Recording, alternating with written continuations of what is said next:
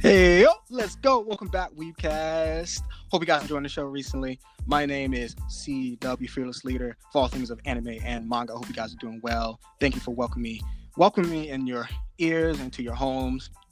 We got a lot of exciting stuff today. And this week, I've got another special guest. And like last time, yes, Weebs, we are breaking records. Last week, I said we had our first guest outside the United States. Now, I want to say, I just want to be sure. I don't want to make assumptions. But today, we have our first female guest on the show, y'all. So I hope y'all make sure y'all clap it up real quick. We have Siara. Would you like to introduce yourself a little bit? Yeah, okay, cool. Yeah, I'm actually from the United States, and yeah, I'm a girl. But yeah, just a little bit about me. I've been watching anime since I was I want to say 12, 13-ish. I used to be really big into cosplaying. I made a lot of my own cosplays. I used to do, actually before My Hero came out, I actually made the original, Izuku's original hero suit, and I used to do him. Wow. Back in the day. I've done a couple others, I've done Faye Valentine from Cowboy Bebop. I've done Ed from Cowboy Bebop. Classic. Yeah, I've done a few I've done stuff from Free because everyone was into that back when I used to cosplay. And a few I did Haru from Free. I've done a few. Not anymore, but I did do a few yaoi mangas, Yarichin Bitch Club. I did that. I did one of the dudes from that. Oh, okay. Way back. This is 2016, so it's been a while. But yeah, It's been a while. Okay. Oh, well, that's pretty cool. Because cosplay is that thing that you still do? So it's something I've been wanting to get back into, not to make a long story short, I actually saw my Soda Kazuchi cosplay. I did, I don't know if you know Danganronpa, but Yep. Yeah, so I saw the cosplay, the femme version of that I had made, and I really miss it. I definitely want to do something with Rose Quartz from Steven Universe or something like that. Ooh, all right. Yeah. Definitely. So I was gonna say, because I know you mentioned Free. Yeah. You mentioned Cowboy Bebop. Yeah. And also you mentioned that you've been watching anime since you were about 12, 13. Yeah. I was gonna say, when I was 13, I was I don't know about the first anime you've watched. I remember the first anime I watched was Saint Seiya, and that was, I think it was on a VHS tape that my uncle used. Was just a hand me down. He had other thing. He just kind of plopped it in. It was like, hey, you could just have this. It's kind of like a cool cartoon, and I thought it was the most amazing thing ever. And then I think later on, we went from Saint Seiya to Yu Yu Hakusho, and then maybe Detective Conan, and then Dragon Ball.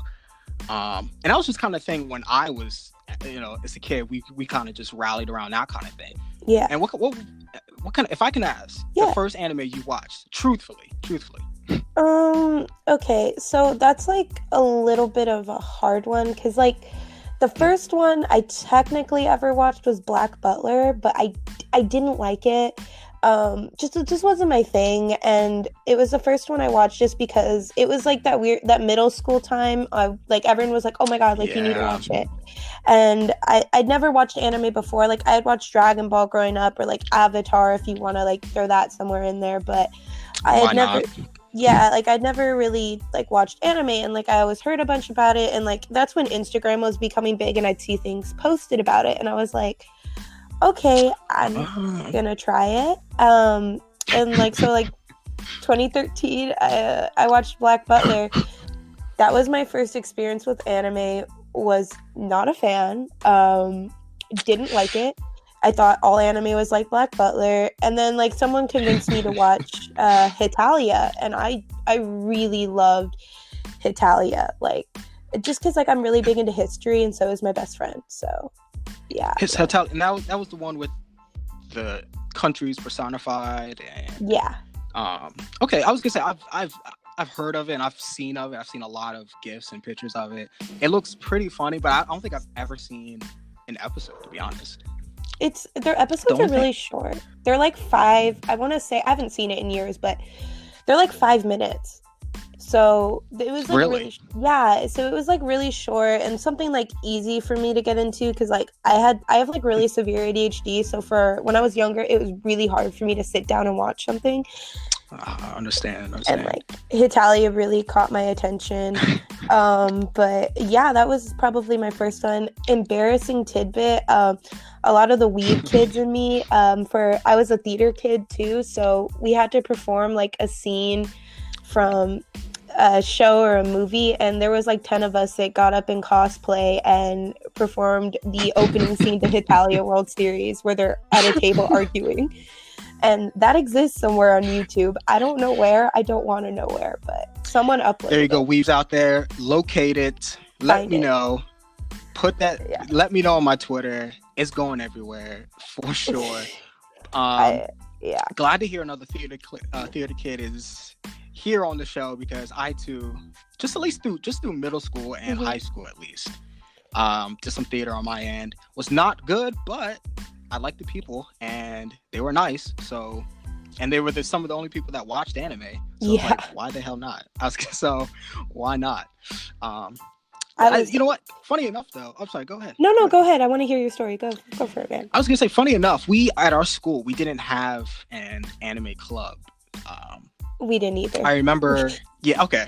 Maybe that's just the thing. I'm just thinking high schools just don't have anime clubs. They just have a group of weebs just kind of sit after class and then just talk about and watch anime. Yeah.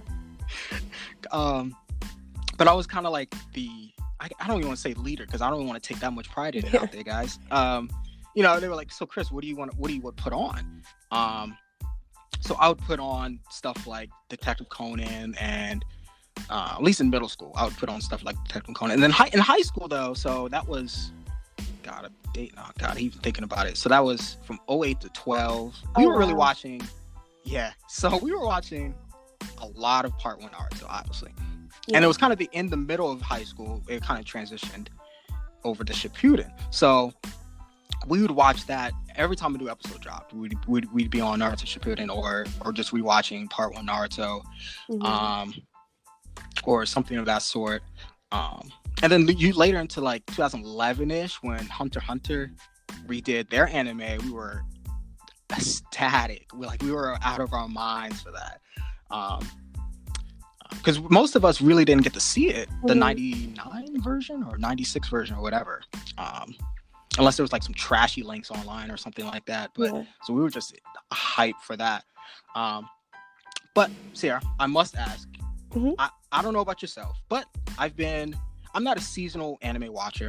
Yeah. I really don't. Okay. I'm glad I'm not alone. No, in this fight. No, I tried it. I think I had the syndrome because like I don't know if I mentioned it on air, but like I've told you, like I used to watch 3 series a week in high school, and it got. I would start a series and finish 3 all in a week. Like I'm not joking. That's crazy. Yeah, and I would try to keep up with seasonals, but it got to the point because like I had really bad social anxiety in high school and I didn't really have a lot of friends. So when I would make like online friends and stuff, like I'd want to like, I'm not like this anymore, but I would want to like, fit in and like I'd want to assimilate. Yeah. And so I got to the point where I was like watching 10 shows like every week and it just burned me out. Like I think that's why I took a break. It just burned me out after a while. Yeah, my break was about, I guess, maybe like a decade, perhaps. Maybe because just recently here on WeebCast, I've been doing or kind of reviewing and previewing my first impressions of the winter 2020 anime. I don't know if you've seen any of them. Yeah. Okay, awesome. Great. What do you know which one you've seen? I don't, because I kind of listen to it while I'm like getting ready for work. Yeah. But I wanted to ask you your opinion. I'm sorry if I like butcher the name, but have you seen, it's like Beastars, something like that. It's the one with like Beastars? Yeah. Is that any good? So, like I haven't I want to watch it, but sure. I want to finish it, and that's what I want, guys. Don't crucify me. Send all your mean tweets to me on Twitter. But I have not finished it. I'm going to be honest, I've only watched like the first few episodes of it. Though I will say it's pretty damn enjoyable. I'm not going to lie. Really? Okay. And it's a little more action heavy than I thought it would be. I I didn't know too much about it before going into it. Maybe that's why. But it's actually pretty action heavy, and it's pretty good. It's done by the animation producer, the studio I think is Orange, and they did Black Bullet. They've done trying to think of another one. They've done Idolmaster, Cinderella, and kind of things like that. They haven't done a lot of stuff, but this is probably their most well-known anime, and it's actually pretty good. It's only like 12 episodes though, so yeah, like I wanted to look into it because, like, I don't know, it's been popping up in my YouTube feed, and like, I don't know, I just clicked on one video, and like, I really I like series that like kind of go with the, like, make you think and are a little bit more deeper than like surface level, just personally. Yep. And I was gonna say you would probably like it because it does have a psychological. Yeah, see, that's what I was gonna say. I really like psychological stuff, so I was like, like I said, I don't really talk to anyone anymore that watches anime, so I was like, I didn't know if it was good or not, because like you'll see things get promoted and they're actually not that good. So I love you, Crunchyroll. I love Funimation, but guys, man, yeah, you gotta put, like, some of the stuff is some mid, y'all. It's some mid. Like, it ain't all that great. I don't know. You did say you like some psychological, like some little dramatic in there. Yeah. If I have to recommend anything from just this season alone, and trust me, there's a lot of crappy stuff. I literally have my phone down to write it down because I trust you. You should check out Darwin's Game. Okay. Y'all, Darwin's Game is some heat. HEAT. It's some heat, y'all. Trust me, Darwin's Game. Y'all like action, it's got that. Actually, you know what? I don't know if this is for Siara here, and this is also for y'all listening. I don't know if you guys ever remember the anime and manga, Batoon or Batoon. Yes. It was kind of like. So think of that, but just better. Okay. It's basically, real quick, it's about a guy who gets sucked into this, not literally sucked in, but he gets addicted to this, or gets recommended this app on his phone. And basically it pits people together to fight to the death and to earn points. And then it becomes, literally, if you guys don't watch the anime, read the manga. I just recently caught up with the manga. I think they update like every other month, so it's kind of annoying, but it's really good. If you guys like something a little more seinen, a little more psychological, a little more darker, likes to keep it light a little bit, I think Darwin's Game is the one for you. Super dope. I hate to talk about another seasonal anime I thought was going to be good. Here, tell me, what's your opinion on idol anime? Like, not just musical genre anime, but like idol specific. It's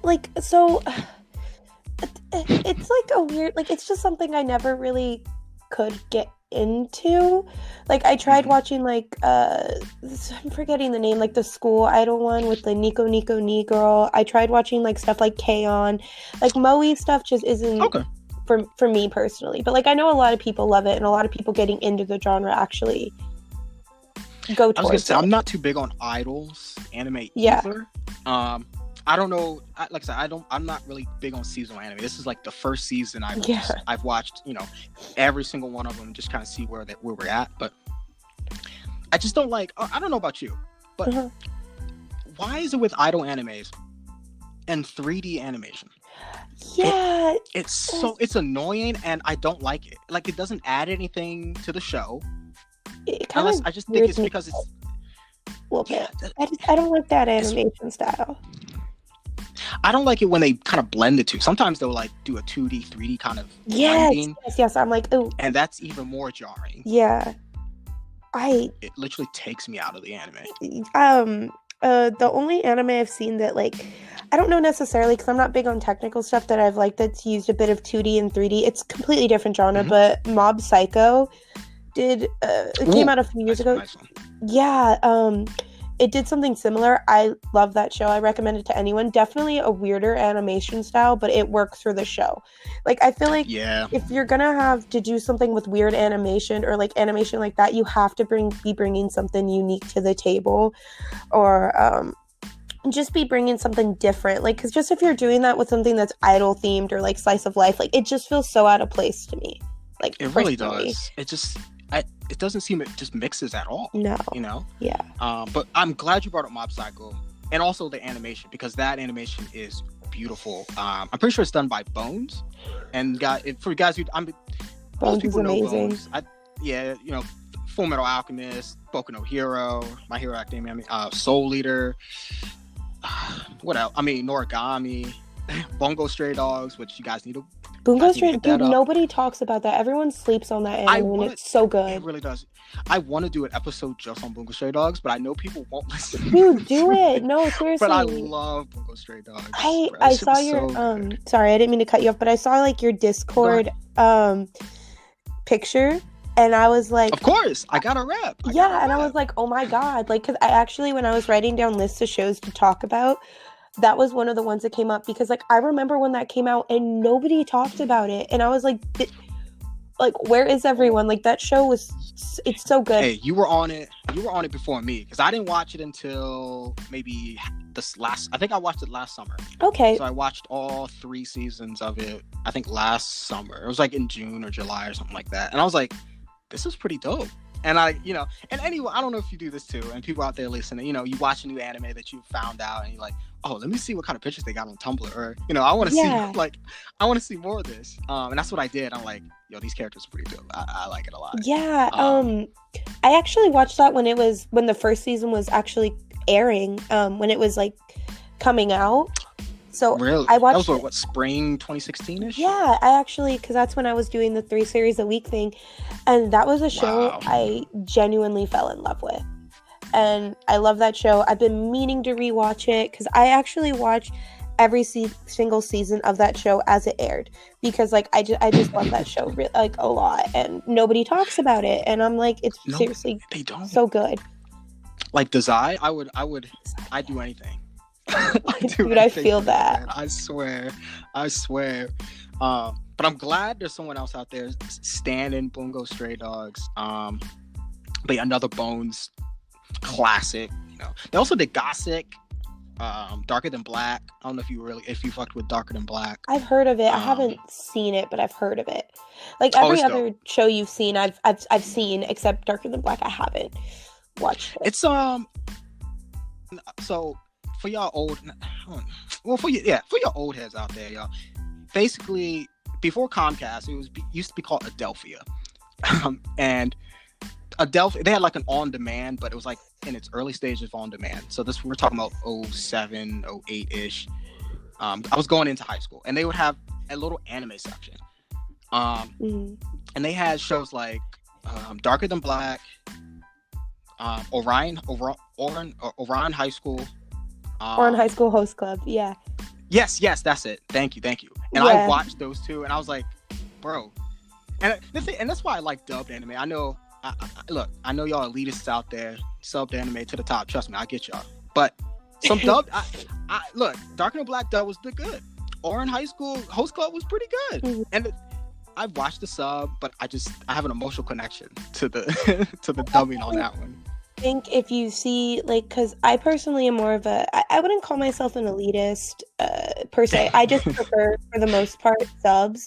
There's like few series like Oran that I prefer the dub, or Cowboy Bebop I prefer the dub. Hitalia I definitely prefer the dub, and if you're ever gonna watch it, watch the dub, because the characters are supposed to be super like personified countries, and like they're supposed to be stereotypes, and I feel like the Japanese voice acting doesn't bring the accent side of it that the dub brings, where it's like making fun of that, like the stereotypes even more. The Japanese didn't bring that as much as the dub did, and that's interesting, because for a little sneak peek for you guys listening to this episode, and Siara, for yourself, I'm doing an episode, or I'm in the midst of writing a sub versus dubbed episode, and talking about giving my thoughts and feelings on the thing with subbing, and not elite, just they're all elitist. No, that's fair. There's but there's just the definitely culture elitist. of, especially, and I can only speak this for on Twitter, because I know on people on Twitter, like, why are you watching dub, man? Why are you doing that?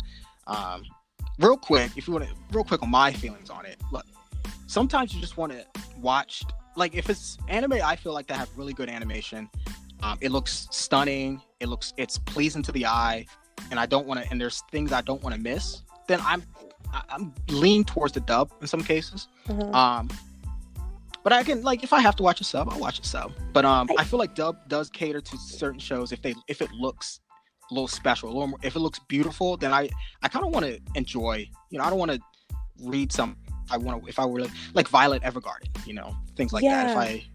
If they dub that, I would want to watch that dubbed.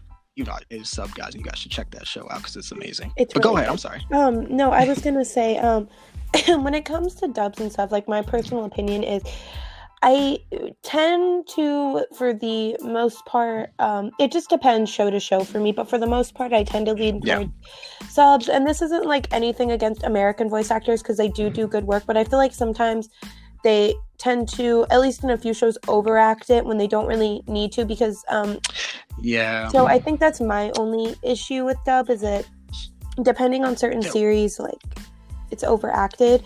But I don't know, like, I don't understand where this whole sub elitist mindset came, that if you watch dub, you're not a true anime fan, like, you're not appreciating the work. I don't understand that either. I don't understand that viewpoint. I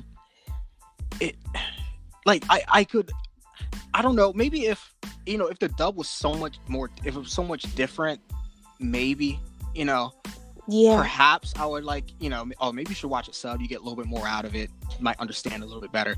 But a lot of times, at least and for the winter 2020 anime, I've seen some of these dubbed. I checked out the dub just to see what, because I just haven't watched dubbed anime, at least new anime dubbed for a while.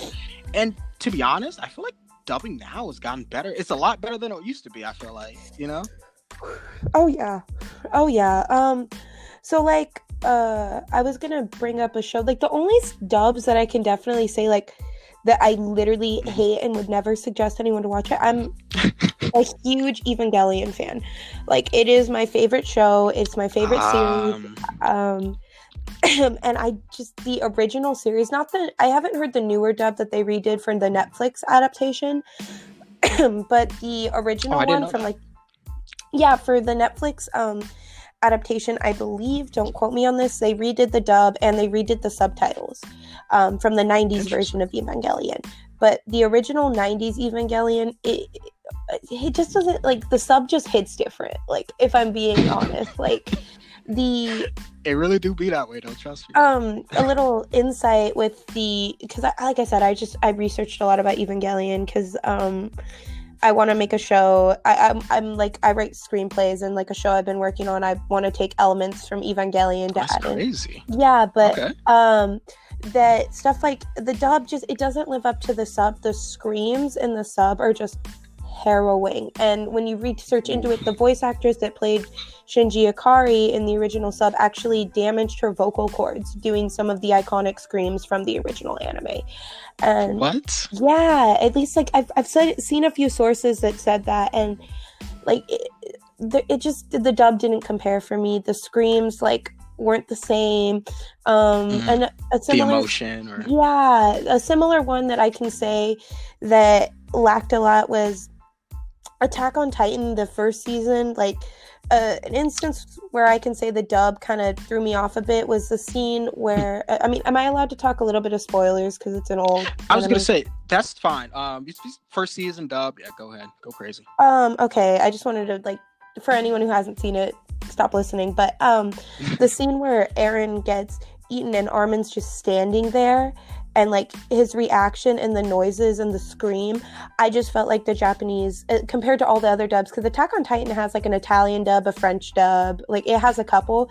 None of them, in my opinion, lived up to the original Japanese scream. Like the English one just sounded a little underacted even. Like I feel like the problem with English dubbing, like I said, I've definitely seen series are getting better now, but the problems that I did see was either they'd overact sometimes or they'd underact, and that's the only thing I can see why people like myself prefer subs. But if someone prefers a dub, like, I'm not going to kill them over it. It's just my personal preference because I was gonna say, I think the personal preference I would lean towards, like, if I'm watching a show for the first time, I think I would probably lean the sub,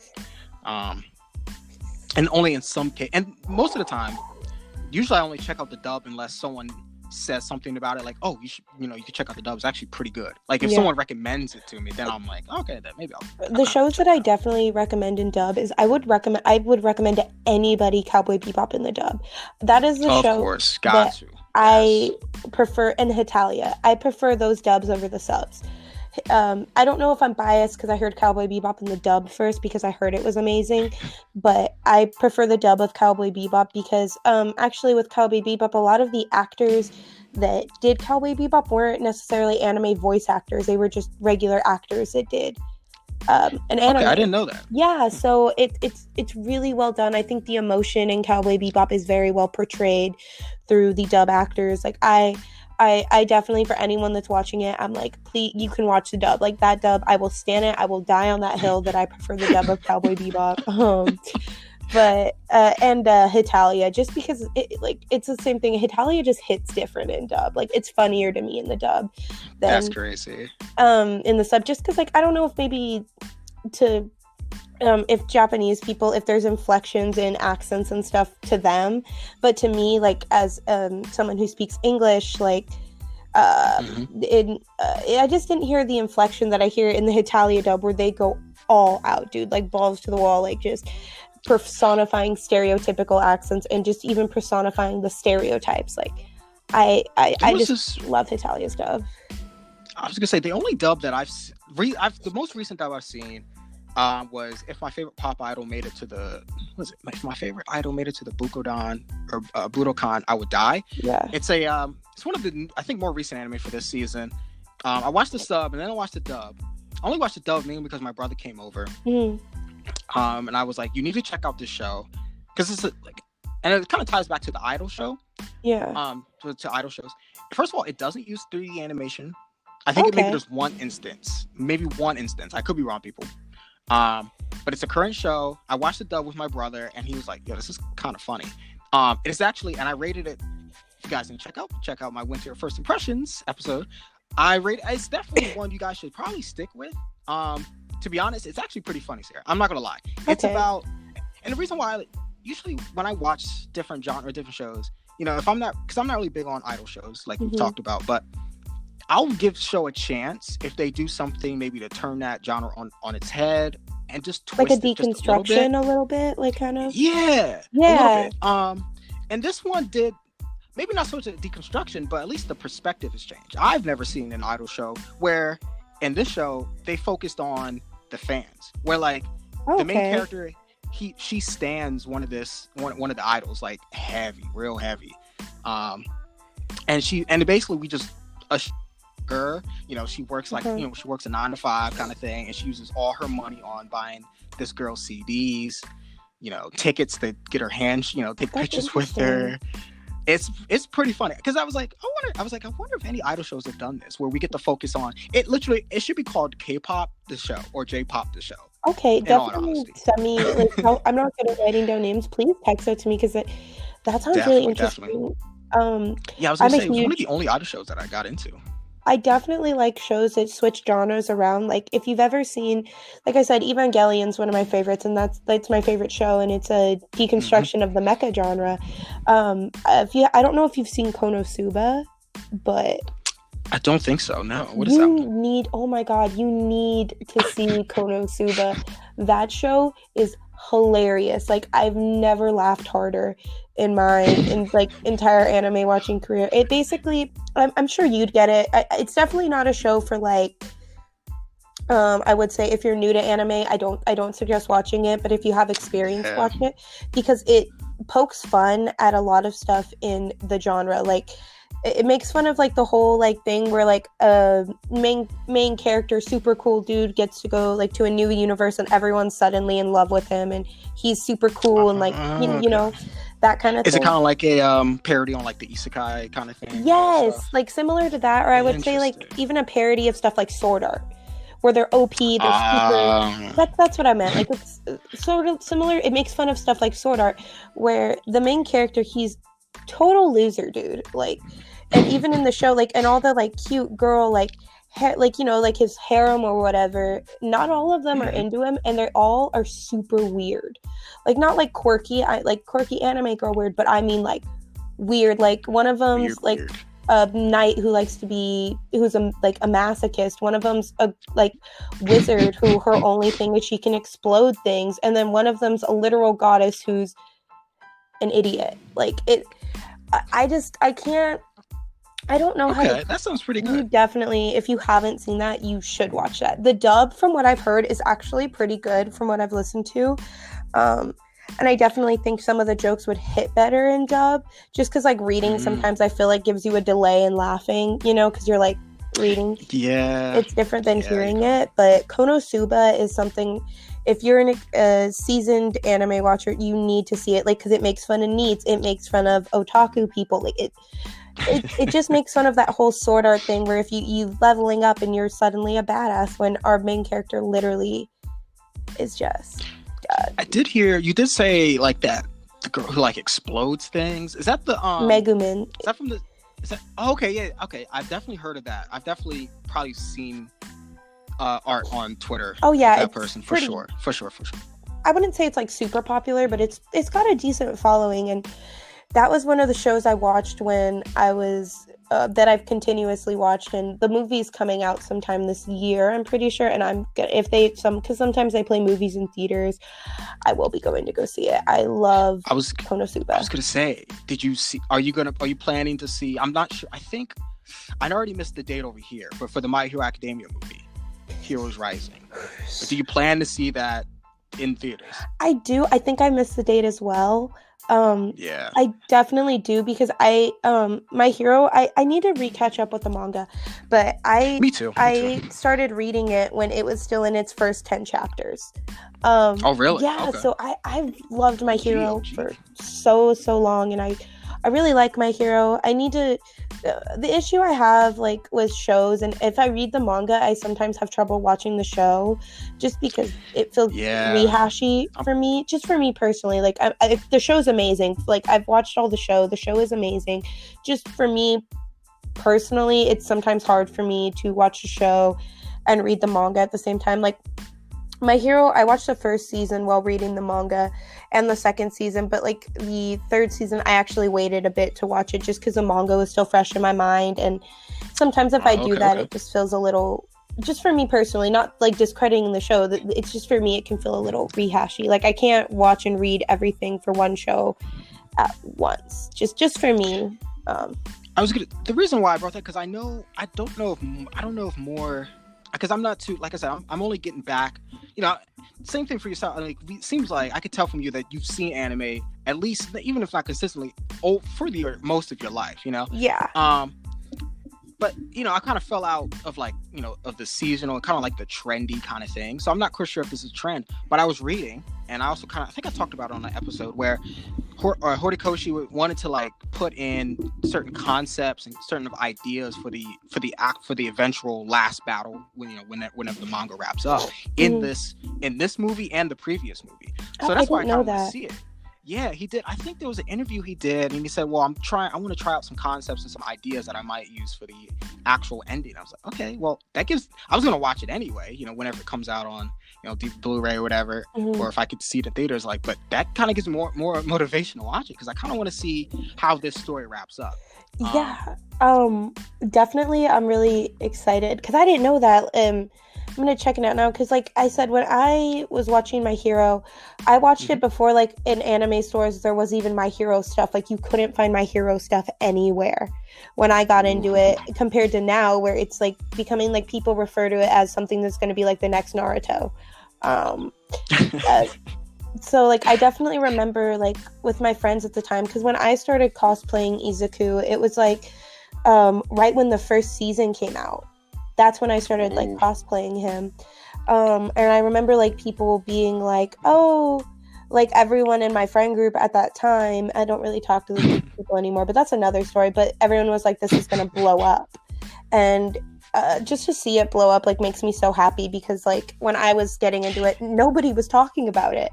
It's and such now a good it's feeling, isn't it? So big, and I just really, it was like one of those shows where especially being a younger anime watcher, because I'm only 19, so okay.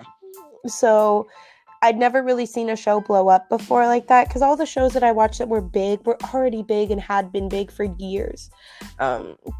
And like, okay, that's an interesting perspective, because I was gonna say most of the people, I mean, I could say this maybe about with 90% of certainty, that most of the viewers that have listened so far to my show are usually around my age, if not within the range. So I'm 26. So most people watching, or at least told me about the show, are like around 24, 23, and then 20, in somewhere in that range. Yeah. So that's interesting. I was gonna say, I do love that feeling when you're on grassroots of a manga or anime, or amazing when you're grassroots of a manga and you're just like, man, this is getting animated, and then that was how I was with My Hero. It blows up, and you're like, whoa. Yeah, because I had been reading My Hero before it was even going to get animated, and when I heard it, it was just like my first experience with that. Like I want to say like 15, 16 when that was going on. Wow. But yeah, that was really interesting. Also, like, definitely being younger, it gave me a different perspective, because it's a little weird to look back now, but a lot of my friends were in their 20s. Yeah, and so I was just a little 16-year-old kid, but hanging out with like people that were legally allowed to drink, and it definitely created a barrier. I feel like now it's more diverse, where there's people of multiple ages, where you have people from that is true. I kind of feel that same way too. I feel like, and it was similar to me. Yeah. But it wasn't just for it was just for everything. Most things, like, where I used to live, where I would just hang out with these people who were, in college and stuff, and I was just getting out of middle school, and the only reason that tied us together was because we play basketball, and you watch Naruto. We were like, okay, yeah. So that's the thing we connect. There wasn't a lot of things we connect, because they would either smoke or drink or do stuff like that, and I'm like, but hey, we'll watch some Naruto, we'll watch some Bleach, and then we can play some basketball later, like that kind of thing. I feel that. Definitely, like, not to get like, I don't want to be like too negative, but there's good people in that genre, but there's like also like the cosplaying community like that I was in. It can be very toxic. So I warn a lot of young people to be. I don't know if you're okay with me going into it. Like, I don't want to. Well, the thing is, I don't know anything about it. Okay. To be honest, so I'm interested. I'm sure if they're listening, they would probably want to be into it as well. Yeah, go ahead. I definitely met really cool people in the community, but I don't know. Like, I look back now, and I kind of realize how creepy some of it was, because, like I said, I was a 16-year-old kid, and there were people definitely who were like sexualizing me and trying to get me to do sexual themed like R18 photo shoots at 16, and they were like 22. What? Yeah, so like that's what I mean. I don't know.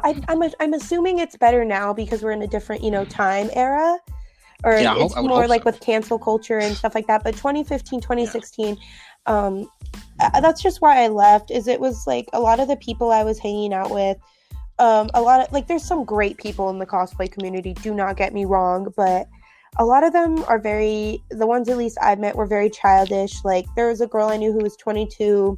She had never had a job in her life, and I would watch her go to cons, and she dropped $400 of her parents' money. Like, it was nothing. Whoa. Yeah, and stuff like, they were very child-minded. Like, I ended up losing friendships.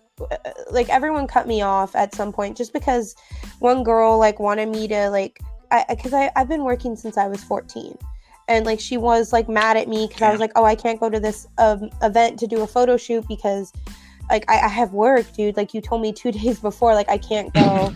And like she just like went off on how like, and she was just constantly really mean to me. Like, long story short, like I had a thing for her, and I'm sure she knew. And she was just like, she played with the idea, but when I like kind of started seeing another person, she just got very bitter and was very rude towards me and just terrible. Like, almost like because I didn't idolize her anymore. That's ridiculous. Yeah, so like I definitely I like to warn younger people getting into the cosplay people, if anyone's listening, please be careful. Like, yeah, it might seem cool that you're hanging out with 22-year-olds, but like, know where their intentions lie, because like I said, being like a 16-year-old kid and you're cosplaying like yaoi characters, you don't think about like, or like people are asking you to do R18 shoots and you don't think about it. You're like, oh well, they do that in the manga. Yeah, like it's fine, but like you're underage and they know that, and like that's there's just a different ridiculous. mindset. I like I said, I didn't mean to like make it take a dark turn or anything. No, I was gonna say because that's because it needs to be looked at, and I don't know if you've heard. I really want to talk about it for a future episode, but I don't know if you've heard on Twitter or in other social medias. Oh, excuse me. About Senator Sterling Grift, a Southern Australian senator, calling out, or not calling out. He recently, I think it was last Tuesday, I believe. He basically in Australian courts or in their government, each senator or representative, they usually get about an hour of speaking time on the floor. And this guy, Senator Griff, he wanted a review of anime for the entire country. Yeah. So basically he talked about 4 animes and why anime needs to be looked at in Australia. He talked about, I don't know if you're familiar with Manga Sensei. Yes. Oh God, yeah. I've seen all of it. Yeah. Yeah, I've seen it too. But he was talking about how it sexualizes children and it just in the genre. I think he also talked about No Game No Life. I'm sure I think a lot of people. Yeah, I've seen No Game No Life. Yeah. Okay, which actually pretty good show. I'm not gonna lie. But Eromanga Sensei is on its own level of weird. So yeah. I definitely want to talk about that too. If you want to talk about it, that's totally fine. We could talk about that now too. But he and then there was 2 other shows he referenced. But the whole point was that we need to look at, look at what anime is being accessible in Australia. And my thoughts, I mean, go ahead, because it looked like you wanted to say something. Go ahead, I'm sorry. Oh, no, you're okay. You can talk too, dude. Don't worry about it. Australia is a weird country because they're very big on censorship. So that's what I've learned. I've been researching a little bit.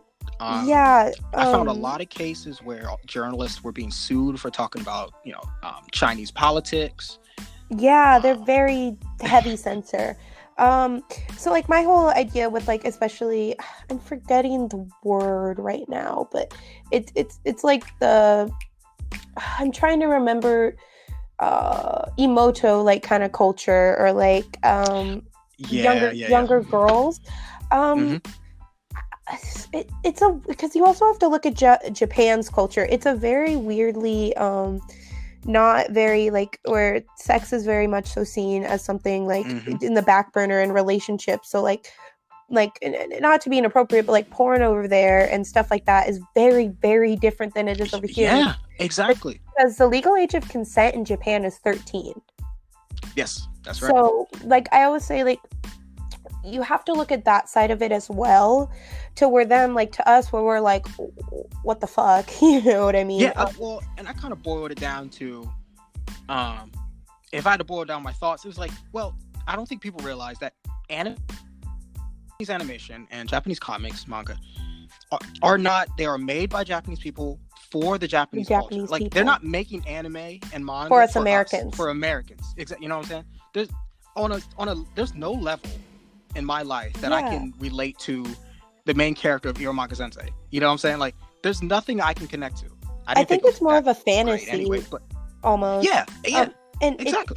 It's just different. It's a very different thing. But I think where it gets harmful and in a gray area is you have people like me that I don't know if it's better now. Like I said, I haven't been into cosplaying since I was 16, where the lines are blurred with real life, almost where lines are blurred with real life, and that when you're in, because we're not Japan, it's very different over here where it's okay to be kind of creepy or like almost a little predatory towards younger girls like myself. Like I'm not saying everyone's like that. I'm saying that it does happen, and it's not really talked about. That's why I wanted to make that connection, because if Australia, even though they do have some, they lean to the right in some kind of in things of literature and work and things like that. But it's interesting that that this would make some news, and I saw a lot of people, because he has a social media presence. He has a Twitter, I'm pretty sure. He has a Facebook.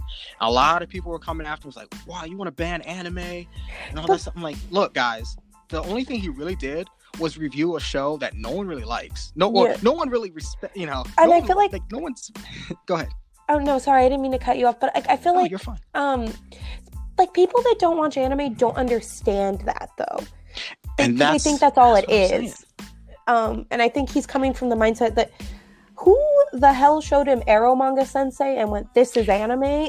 I don't know. I don't understand. Like nobody likes that show. True. No one does. Look. I know it's highly. I know it. Look, I've seen the show. I've seen all 12 episodes, guys. Like, I know how highly rated it is on My Anime List and other places and stuff like that. But like, most Americans, like, they're like, you shouldn't be liking that type of stuff. You know what I'm saying? It's like fetishization almost. Yeah. Like I said, it's just my personal opinion with stuff like that, especially in the cosplay community. Like I said, it might be better now. 2 years is a long, almost 3 now. 4. Yeah, 3 to 4 because I got out in 2017. I was a junior in high school. It's probably way different now than it was when I was in it, because 2016 was a very different time in anime culture. But I definitely saw like a lot of stuff where people knew my age and they kind of threw it to the wayside. Like, I look now as someone who's almost 20, and like, I think about it like, what business did you have talking? Because when I met them, I was 15, and I was like, what business do you have hanging out with a 15-year-old? Like, and wanting to do shoots where disgusting. Like, where you're like they had me do shoots where like I would kiss people and stuff, and like being in theater that happens, or like doing stuff with cosplay that comes with the cosplay. But kissing someone and doing photo shoots with them where like they would do stuff like when I did Yari-chin, which is like a huge like yaoi manga that's very much so not promoting yaoi because that's a whole nother topic, but because they wanted me to cosplay a character and I said sure. When they were having me do stuff like we're being in like cuffs or like in like restraints with a blindfold and like a gag in my mouth, and and I was a 16-year-old kid.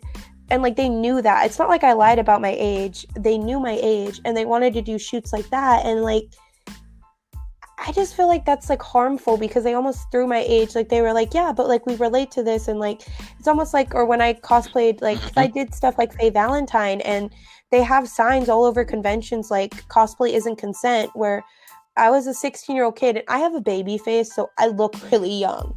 So I don't even know how, like, people think I'm 16 now and I'm almost 20. So I don't even want to know what I looked like then. And some guy, like, asked to take a picture with me. And, like, my friend was cosplaying Ed. And I was like, sure. And he, like, put his hand, like, on my butt. And, like, at the time, I didn't think about it. But, like, thinking about it now, like, I'm like, how is that okay? Like, it's almost like what is this toxic culture going? Yeah. What are we doing here, people? I definitely think there is a bit of toxicity in the cosplay culture because there's a lot of great cosplayers that are super like R18 stuff's R18. You have to be 18 to do it. You have to be 18 to view it. Great. But there are definitely some weird people in there. Like I said, I was 16 and they wanted me to do 18 and over shoots. Like granted, like none of them necessarily had any nudity. But still, like it's a situation with a 16-year-old kid. And, like, I almost think there was, like, a power dynamic there just because, like, they were so much older than me. And, it has to be. Yeah. Yeah, like, I felt like, you know, I was, like, they knew what was, like, and I was also very socially stunted. Like, I didn't have friends in high school. Like, I sat alone. Like, I didn't have friends. So they were my first real friends. And I feel like it just led to a lot of me being taken advantage of. And, like I said, like, they just cut me off. Like, one girl, like, she was just being really mean to me and stuff. And I remember like I talked to someone in our friend group and I was like, are they mad at me? And she went off and calling me a liar and behind her back and that I think I'm something else. Just because like I didn't idolize her anymore. Because I was starting to get older and I realized like something's off here. And yeah, like it was just weird. Like she, like I don't know. Like even if it's for a shoot, I don't think you as a 21-year-old should have any business like kissing a 16-year-old. No, none at all. Like I'm sorry, like I feel like I'm going off on some deep tangent. But... Well, no, I was gonna say not really, because I think that's still part of you know of the culture that we enjoy of Japanese animation manga. It's just a dark side of it. And it reminds me of like I mean, let me know if this, because I might be taking it, you know, getting a little obscure as well. But look, so I'm one of those people on Twitter. I don't know if you know about these people on Twitter. or people on Instagram, but mainly on Twitter. On Twitter, I used to, and still from time to time, I role play. It's called, and RP. Yeah, I used to role play. Yeah, okay. I do too sometimes. So yeah. Okay, so I was gonna say, so we've seen it. There's a lot of role play communities, especially on Twitter, where I'm a little more comfortable at, where things of the situations that you've played out are being with writers, because unless people just don't have any, they'll be doing like things like smut and things of disgusting nature for with writers who are underage, just because especially in this time, because where it's so easy to get a Twitter account, everyone's got a phone, so you just don't know who you're writing with, especially if you're going to be writing about certain themes and things of that nature. I didn't want to pull the discussion too far and talk about Twitter roleplay, but that's just what I thought about when you were sharing your stories there. But I do see 1 minute, guys. We're going to continue this conversation. In the next part, we're going to run a little bit of music and then run an ad, and we'll be right back at you. Sarah and C-Dub, going to be continuing. We'll see you in a minute. Let me just be real with you guys. When you think of anime, you think of Crunchyroll. When you think of food delivered real fast, you think of Postmates. So when you think of podcasting, what do you think of? Or at least when I think about a podcast, I think about Anchor. Anchor is the perfect place if you want to start your podcast. You can talk about all kinds of things. You don't just have to talk about some weeb stuff that I talk about. See, in Anchor, there's a set of creation tools that allow you to record and edit your podcast right on your phone. It's crazy. And Anchor will actually distribute your podcast for you. It can be heard on Spotify, Apple Podcasts, and many more platforms. You can even make money from your podcast with no minimum listenership. It's everything you need to make a podcast in one place. All you have to do is just download the free Anchor app or go to anchor.fm to get started.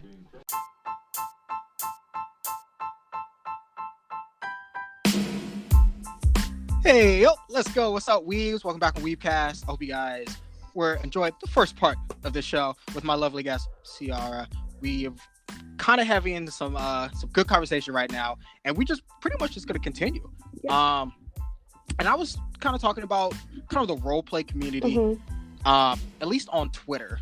That's the one I'm more a little more comfortable with. And some of the predatory nature is it's on Twitter as well, and it's a little, dare I say, a little easier to do. Well, because you can't really prove anyone's age on Twitter. Exactly. Anyone can do anything. And people will write different themes of different things that it's just kind of sketchy. I want to say, I don't want to get too specific, but yeah, for certain characters that they're role playing with, sexualizing characters that don't need to be sexualized, just to put it in a sentence. And it happens all the time.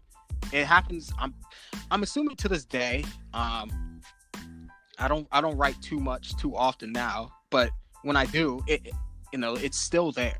And it's crazy that in 2020 that we have people who would try to go after vulnerable people like that. It's so crazy. Sorry, I didn't mean to cut you off, but especially with cancel culture now, it's so weird that hasn't really hit that section of the community. I mean, it has in some part, people like you're saying, but there's still a huge section that does that and gets away with it, and it's weird to think about. It's just odd to me that, and it's always usually the open ones who are I'm only or ones that explicitly say on their Twitter, on their accounts, hey, this is an RP account, I am a minor, so and so.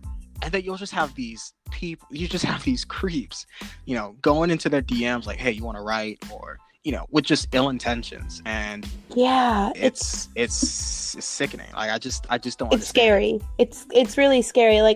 I definitely because I did try to get back into role playing, just RPing in general, because I'm a writer. Like I said, I work on screenplays and stuff, and I just find it fun. And I definitely did try to get back into it when I was 18, because I was I did do it when I was younger, but like it just felt weird because like there were people who would want to, like you said, like sneak into your DMs and want to do like those very explicit scenarios. And like I just felt like as 18 I'd be more better prepared for that. So I got back into it when I was 18, and I feel like it's almost a little toxic because some of the, not to discredit minors, but some of the minors don't realize how inappropriate that is. No, they don't. Yeah. They don't. Yeah, and I definitely had like, I'd be role playing with like 16-year-olds, and they'd be like, oh, like I like, they'd be like, oh, are you okay? Like, because you know, it's just normal to ask people beforehand if they're okay with smut and your stuff. Like, it's just normal. Like, you have that conversation before you start one. And I'd always be like, oh, what's your age? And I'd have people be upfront like, oh, I'm 16, but I'm like mature for my age. And I'd straight up be like, no, then no. Yeah. Then no, like you're like, it's just, it's like you were saying, it's very weird. But like, to tie it back in with what you were saying about that one senator, Ero Manga Sensei, and like etchy stuff with emotos and like stuff like that, or like the Oni-chan kind of thing, it's a thing in Japan. Like, yeah, I mean, I just don't think he realizes that's not representative of a culture. It's not written for you or your son or whoever. However you caught wind of this, it wasn't written for them. Okay. Like it wasn't. It's not all anime is. Definitely, and that's what I'm saying. Like we were talking about, you know, Australia and their, you know, and censorship. You know, would it be fair to? Because I mean, there's a senator currently that holds a seat on their governmental board. She's Pauline Hanson. She's under the One Nation Party, and under the One Nation Party, you know, they believe in a pure Anglo-Saxon country.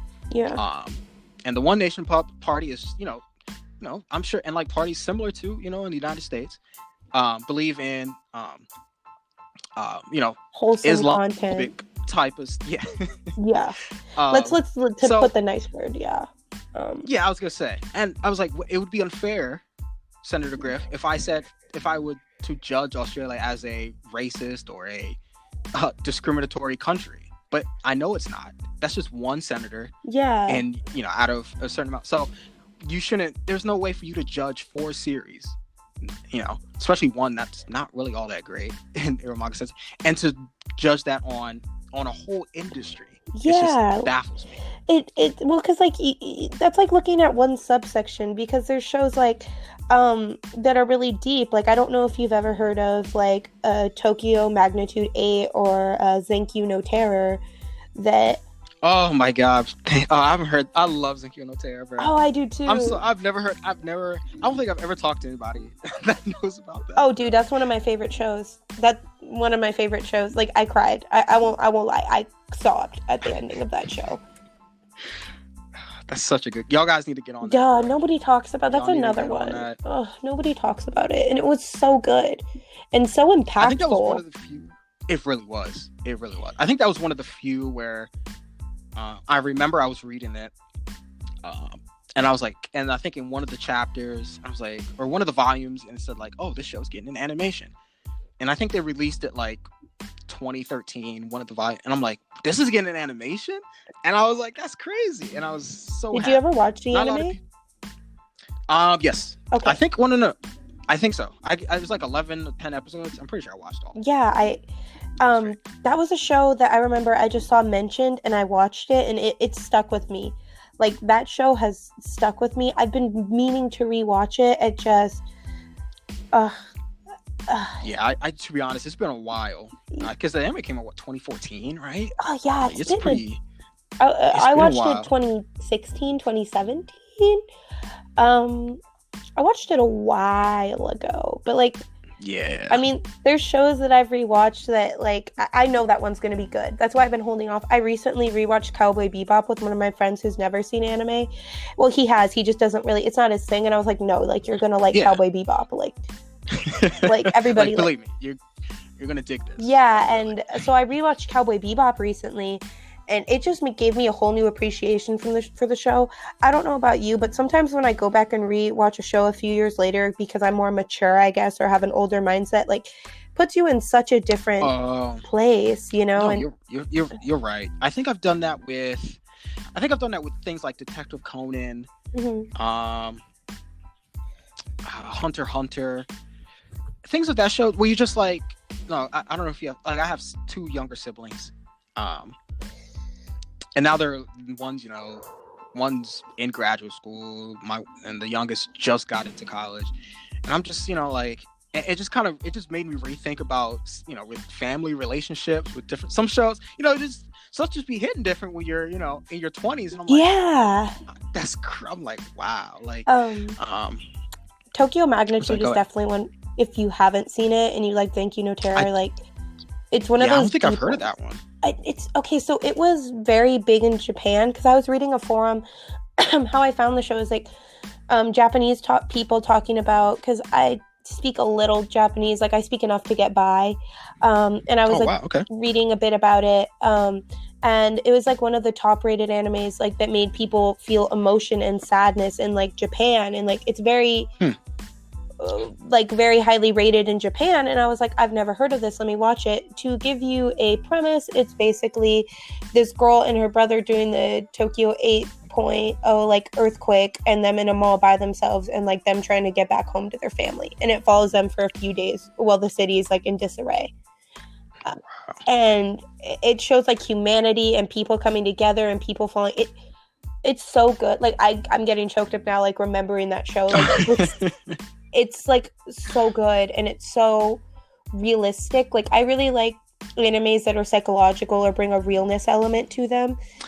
Yeah. And it's just something I feel like nobody talks about it, and everyone needs to watch that show. It's not long either. I think it's like 10 episodes. It's a one-shot kind of short anime that, bro, it's sometimes just those 11, 10, 12 episode animes that just be that really be doing that just really hits really hard, like and to put in perspective, I'm not a simp when it comes to anime. I don't like stuff that's just depressing. Like I'm not one to just say because a show has sad elements it's good. Like I personally think like everyone talks about Angel Beats, and I think Angel Beats is really it has good elements, but it's way too rushed. If we're talking about some real stuff, like, look, I mean, I think what show that got that kind of criticism? I think it was Erased. When that came out, that was pretty recent. I feel like it was recent, but it might have not have been. Have you seen Erased? Yeah. Okay, was that, like, so have I. 2 years ago? Okay, awesome. I thought people were saying like, oh, this is just a depressing show. It doesn't have, it just has deep. People just say it has deeper meaning because it made people cry and all that kind of stuff. I don't know. I thought Erased was really good. I definitely thought some elements were a little rushed, but same thing with Angel Beats. Like I like Angel Beats. I just think certain elements are rushed, and like people don't. I feel like with shows like that, something that tends to happen is because someone likes something or something has a deeper meaning, people don't, even if something's good, like there's still things you can still criticize it and like it and think it's good. So I think Erased suffered from that a little bit, where people didn't like it was really good, but people didn't look at maybe the criticism of it. Yeah. But there's definitely people that were way too critical of Erased. I liked Erased, so take that what you will. I was gonna say I thought, but I do have that feeling with a lot of I kind of feel that way with shows like I guess the current incarnations of One Piece is where I'm kind of at with that one. And I know. Have you watched all of One Piece? By chance? No, I usually kind of like what I explain on this show. I probably explained on the show probably 100 times, but I like One Piece. Do I think it's the greatest thing on earth? Not really. Far from it. Agreed. But look, if Luffy has, I don't know, if he comes up with some new powers or gets another gear, all right, then I'll check it out. I'll check out the episode. I'll check out the chapter maybe. But I just don't. I take it in small doses because I think a lot of it's kind of just a lot of lulls in it. It's a lot of filler. And I just like, you know what? This doesn't need to be in here. Yeah. So obscure information just gets thrown out, and then when they reference it again in 200 chapters later, they're like, "Oh, the seeds were planted." I mean, I guess information that was tossed out, and then because it gets referenced again 2 years later, seeds were planted. Sure. Let me know when Luffy gets another power up. But yeah, I'm sorry. Go ahead. Have you ever seen Gintama? or Oh, heard I of love Gintama. Gintama. Oh, I love Yes. Gintama too. I have Yes. a similar thing with Gintama where I check in once in a while with Gintama, just because like I watch that show in increments because I could not finish it all at once. It's too much. Like I definitely feel like if people are going into long shows, like no, it's going to take you a while. And if you leave and come back, like I feel like Gintama is one of those where it's funny, but it's Gintama like literally is a lot of filler, if you will.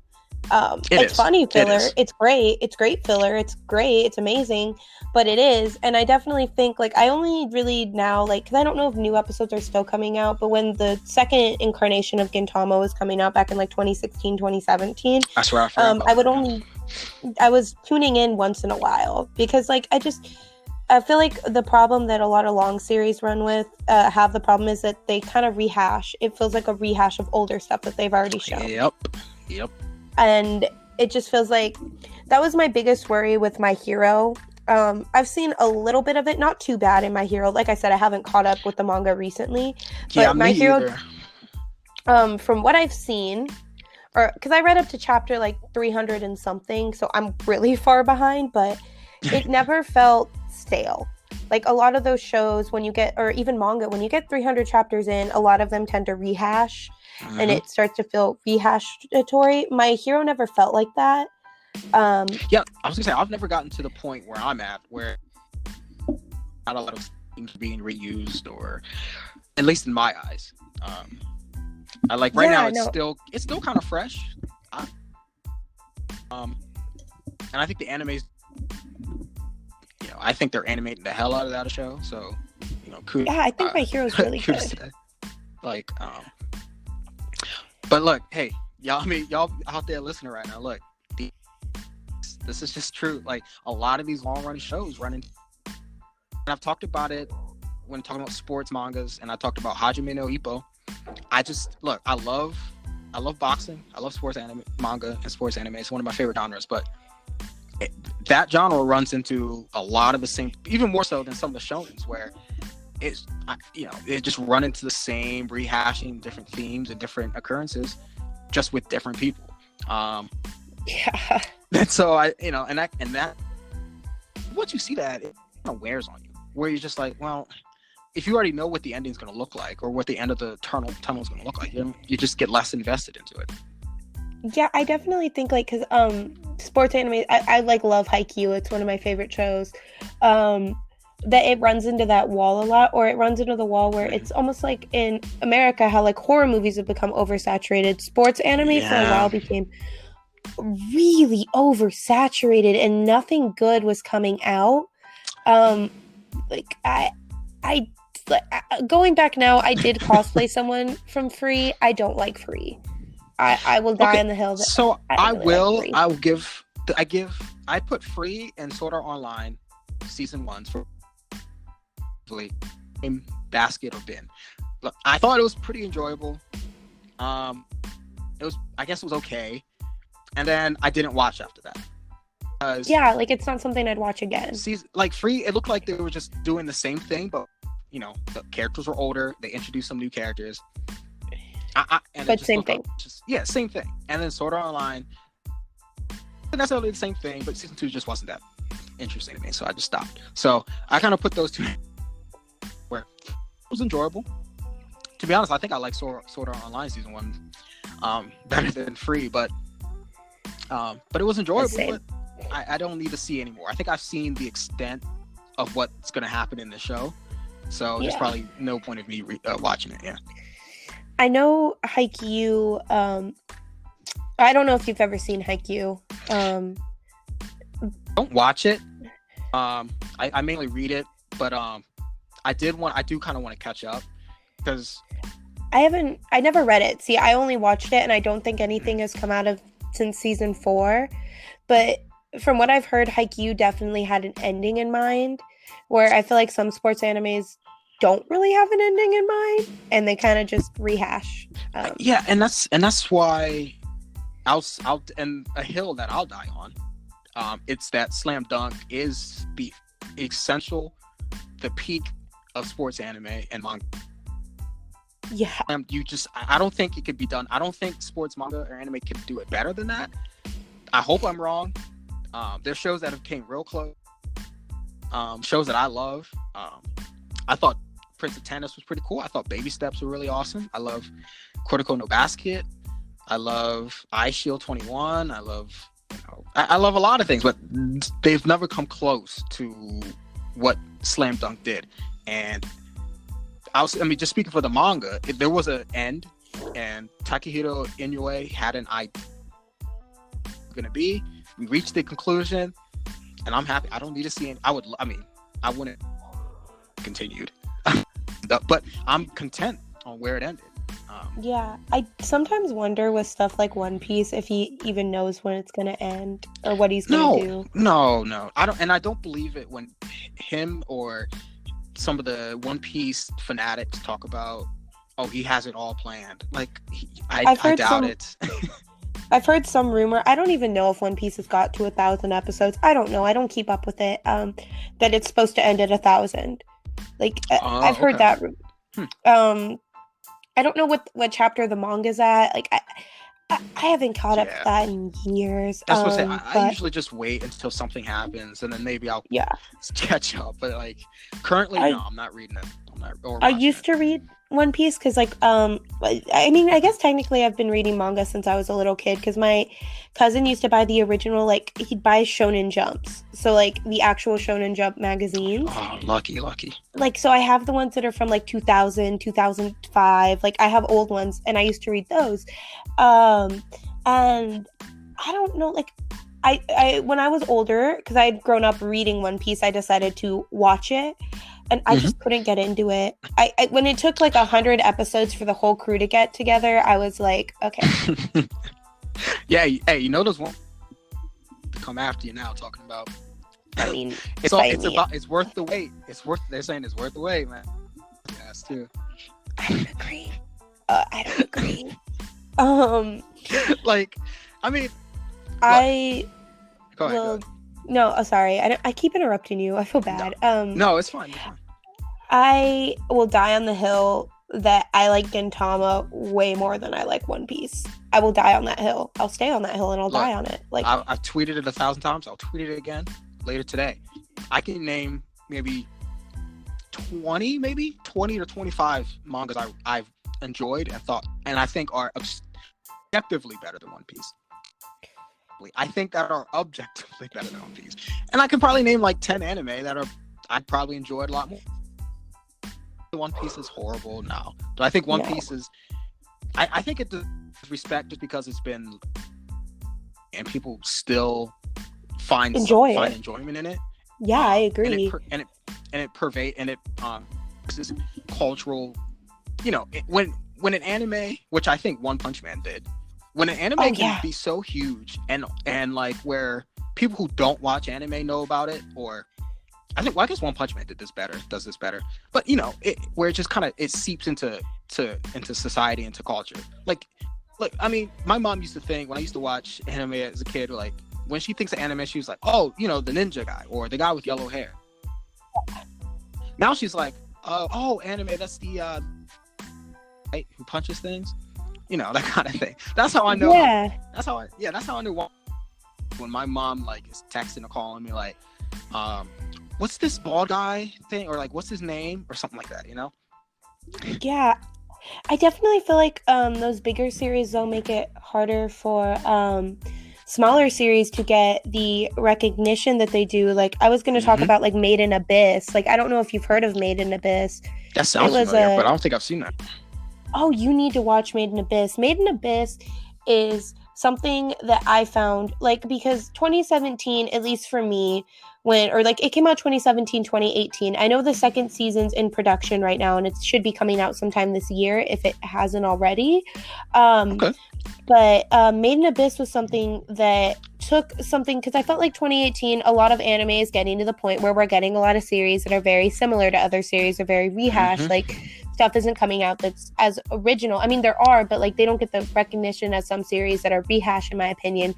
But Made in Abyss was something that caught my attention. It's so good, and I feel like everyone needs to like give it a chance. It has that feel that something like Soul Eater did for me when I was younger. It gave me that kind of nostalgia, but in a good way. It's not necessarily the same. It's basically the premise of the show is that there is this town, and in this town there's this giant abyss, and explorers go to explore the abyss, and when you get to certain levels of the abyss, you get sicker and sicker, and like things happen to you.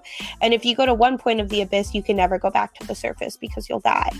And it's about people exploring this abyss, and it's about this girl who decides to go down there because she gets something from her mom, and she wants to go find her mom as her mom's in the abyss. And it's her and like her best friend's like a little robot dude, and he's from he's like a cyborg, and he's from the bottom of the abyss. And okay. It's that's definitely getting. I'm gonna have to cop that. I'm gonna have to peek that real quick.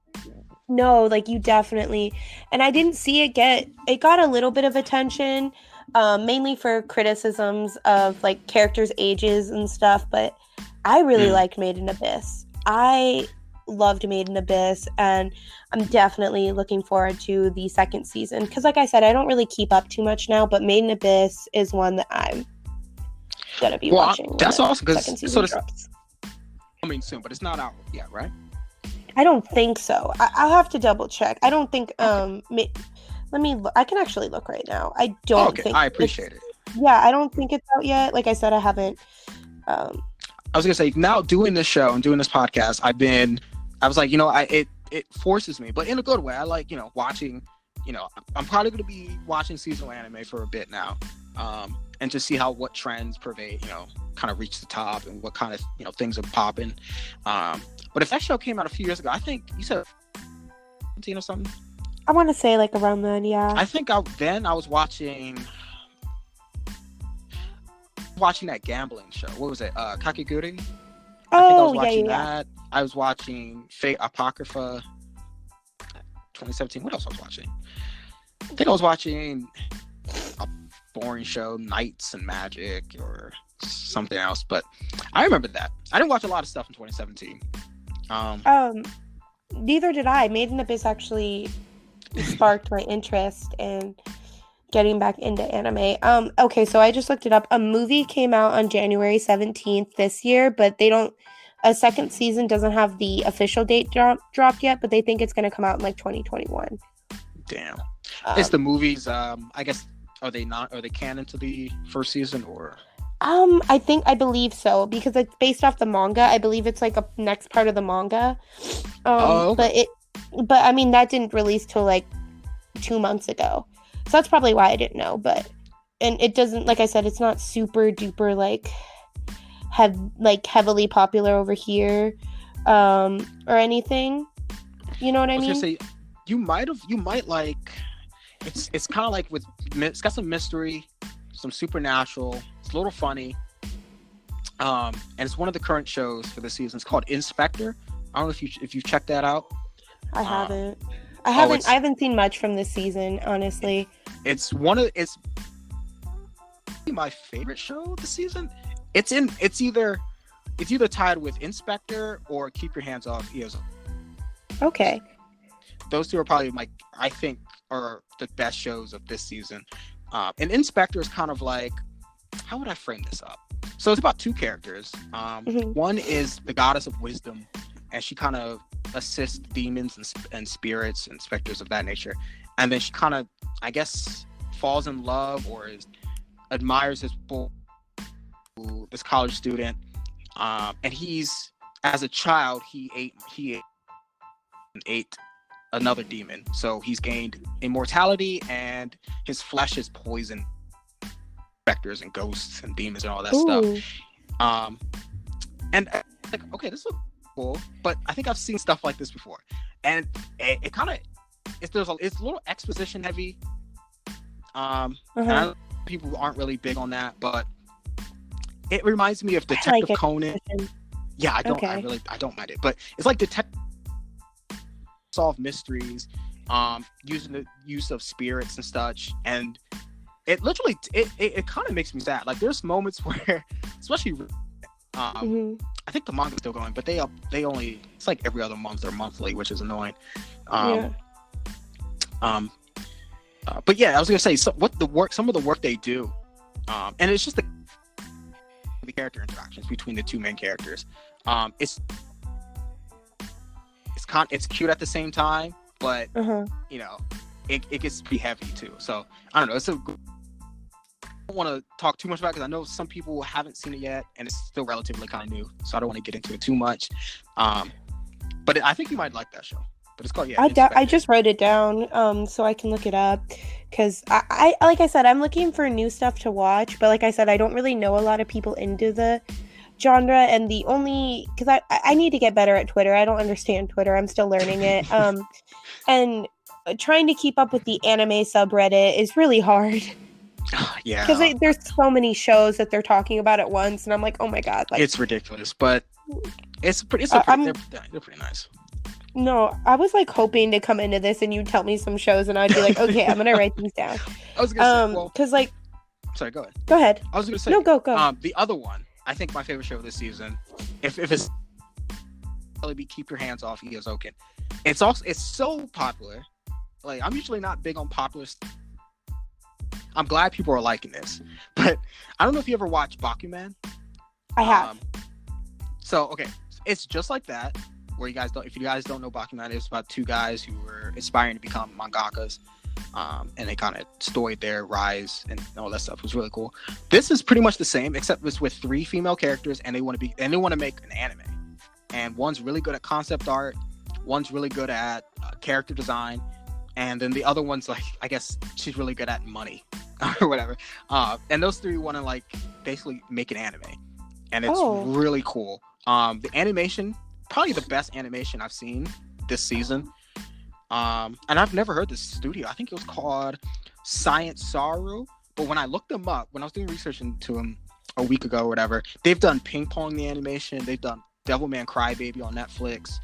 They did. Oh, they're that animation studio. Okay. Yeah, they haven't done a lot of shows. I think they've done less than like 30.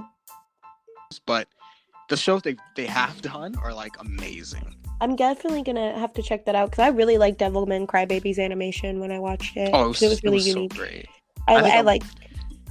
Did you like Devilman? I wanted to ask. Yes, I did too. Yes. Okay, good. Because I want to make sure we're on the same page here. Definitely. I have a thing with Netflix anime. With Netflix original anime. They're either hit or miss. They're. Yeah, I think a lot of them are just misses. But when they do, agreed right, though. They get them right. That reminds me. I don't know if you saw. And since we were talking about some popular shows like One Piece or that stuff, Crunchyroll is. I don't know if you saw the news. I think it was last Tuesday or last Wednesday. They released their lineup, Crunchyroll original anime. Ooh, yeah, I heard about that. Yeah. Yes. So, and they're going to animate one of my favorite Korean manga or manhwas, called God of High School. And when I saw that, I said, so God of High School, guys. I mean, people who are my friends on Twitter, y'all guys already know about God of High School. Y'all been fucking with it for a while, and we've role played in the community for years. But God of High School is probably it's probably my favorite webtoon or Korean manga out there. Okay. It's a shonen action. It's kind of like I think it has the potential to be huge. Like I really want to do an episode on it, or just manhwas or Korean mangas in general, because little background. This would be the first. Well, 3 manhwas are going to be animated for the Crunchyroll original list. It's going to be God of High School, Noblesse, or not, and then Tower of God. Okay. 3 Korean mangas are going to be animated, and I think this is the first time. I don't want anyone to quote me on this, but I think this is the first time where a Korean manga has been animated it's done by Japanese studios, but I think this is the first time that Japanese studios are going to animate a Korean-based manga. And I think it's gonna be great. It's coming out in April, I think. So I'm definitely gonna check that out then. Like, yeah, I was gonna say, I'm hoping it's good. I think the one who's doing God of High School is doing I think it's gonna be called, the animation studio is called Mappa, I believe. And they've done I'm trying to think of some other shows Mappa's done. I know they've done some pretty prolific shows. I'm trying to think. Yeah, the name sounds familiar. Like, you just mentioned it, and it sounds familiar, and I'm trying to think about it. Oh, that's right. They did You're on Ice. I remember. They did. I didn't really like You're on Ice, but I love the animation of You're on Ice. They did Shingeki no Bamahood, Zombieland Saga, Banana Fish, Hajime no Ippo Rising. That's why I know them. Okay. Like, I know them from Banana Fish and Yuri on Ice, so... okay. Yeah, I didn't finish Banana Fish. I know it's pretty good. I was going to talk... I like Banana Fish a lot. A lot of people don't like it because it's very slow-paced a little bit. I like Banana Fish. Okay. I was going to say, my brother probably likes it more than I do. But he's the one who put me on that one, so it's pretty good, actually. Yeah, I like Banana Fish. People were afraid of watching it. I mean, it's one of those things where the manga it's really prolific, and like it's one of those things where it had to be done right because the manga is so good, and the manga was I believe it came out in like the 80s, so oh wow, it's an old manga, and it's one of the first manga that I believe actually not in like a fetishization way like yaoi per se, but had a character where it was hinted at a gay relationship between the two characters. I'm not 100% sure, but I believe that's what it is, and that's why people were so hesitant.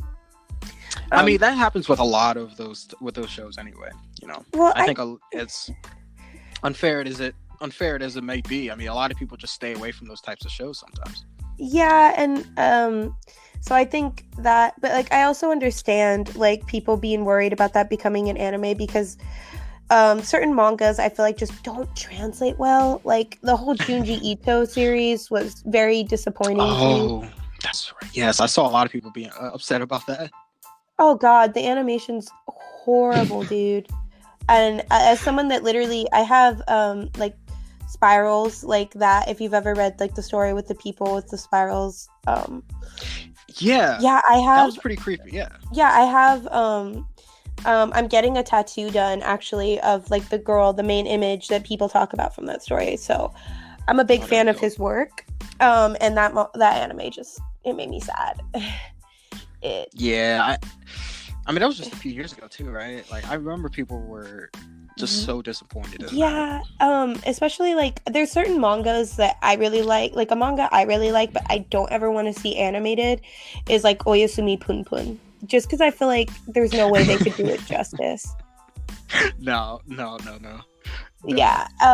Like I feel like that's maybe another reason like people get hesitant when stuff is getting animated, because sometimes studios take stuff and they like sometimes it's great. Like, you know, sometimes it's fire, but sometimes they butcher the hell out of it.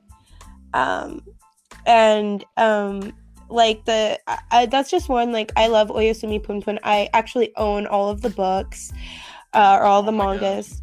Like, and they're not cheap, they're like $25 each, and I bought all of them when I was like 16 on like my little waitress salary. So oh my god, yeah. So but like I don't ever want to see that. I don't want anyone to ever touch that or try and animate it, because I don't think they could do it justice. Like, that's just one thing that I think it's always good. It's a better thing to read than to watch. Like, if someone did it and they did it great, like, sure, I'll check it out.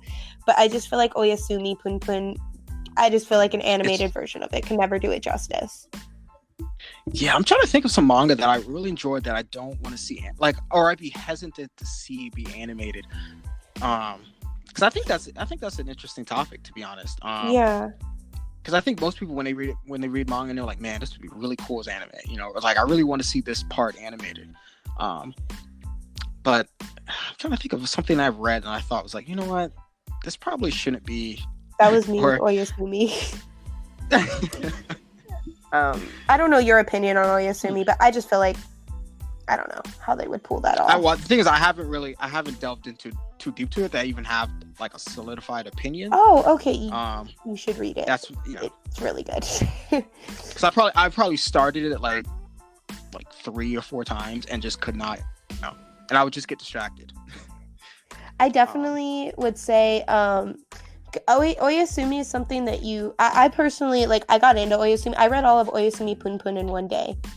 Oh my god. Yeah, this was back in that 2016 era, and it was Thanksgiving. I distinctly remember that, and I was on Thanksgiving break, and I read all of Oyasumi in one day. I've reread it. I personally think Oyasumi is a series that's better spread out. Okay. Not like spread out to where you wait a couple months, because Oyasumi, I think you have to read it in like a couple week or like a month period, because like it's very much following the life of this boy, and I feel like it ties into a lot of his childhood and childhood trauma and what makes us, and I could talk about it for 2 hours, but I feel like it's one of those series where if you stop it and you go back a few months later, like some mangas you can do that, you can't do that with Oyasumi. Like it just ties too much into the past that you'd get confused, I feel like. But I definitely, like, you would have to read like one part, and then maybe, because the manga's split into parts to where it's different stages in this guy's life, like from his childhood up until his 20s. Oh, okay. Yeah, and Oyasumi is, I'm gonna have to add.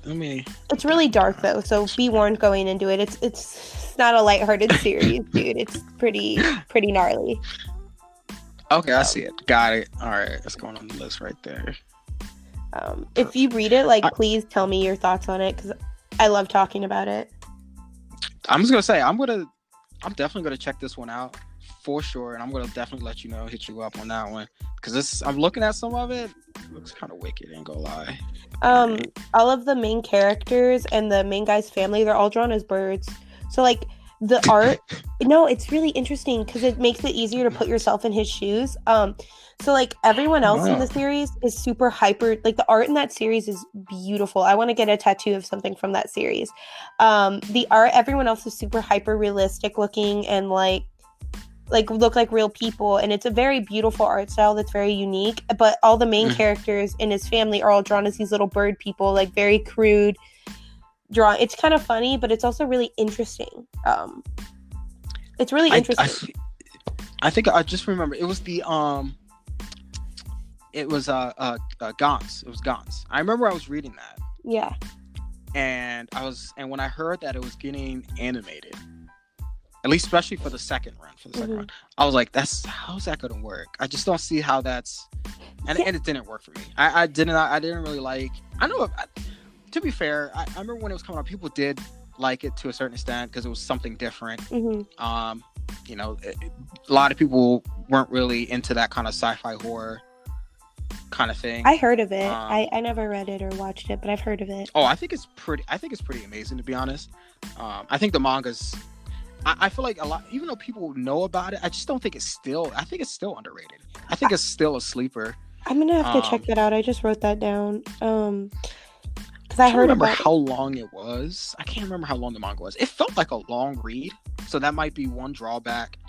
But I think it did feel like it had a purpose. It felt like it had, it felt like throughout the entire manga that, like, this author knew where it was going, or had at least a decent idea where he wanted to end up with it. It was pretty great. I think out of all the early sci-fi horrors back then, I think that'd be one of my favorites.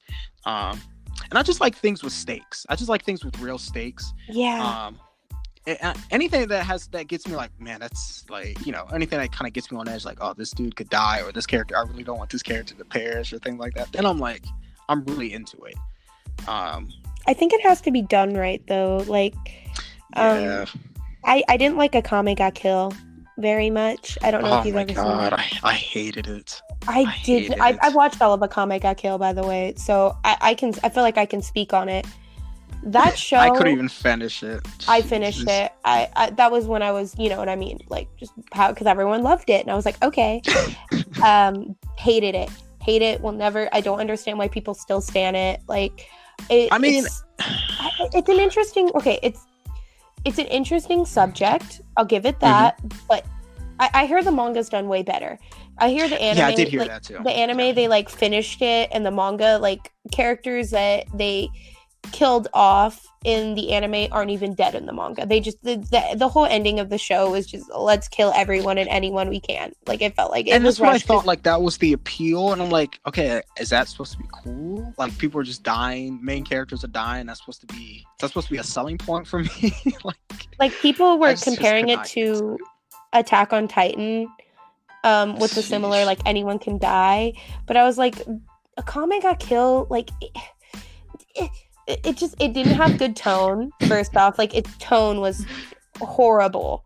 Like I distinctly remember in the first episode, like, and this isn't too spoilery. I mean, if you know a Kame ga Kill, you know everyone dies, but that's and not everyone, but pretty much everyone. But in the first episode, I literally remember this dude, like the main character, finds his friends like brutally beaten and murdered, and then literally 2 minutes later, because I remember I rewinded it, 2 minutes later they're cracking jokes and acting like everything, like they're making like little anime joke similar stuff, and I was like, what is this tone?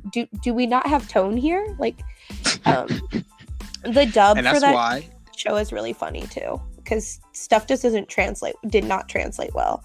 I didn't even know they even had a dub for that show. It does. And it, like, one character's named Anaki. He's called Anaki in the sub, but like brother in Japanese meaning has a very different context than what we say here in America. And in the American version, he's just called bro.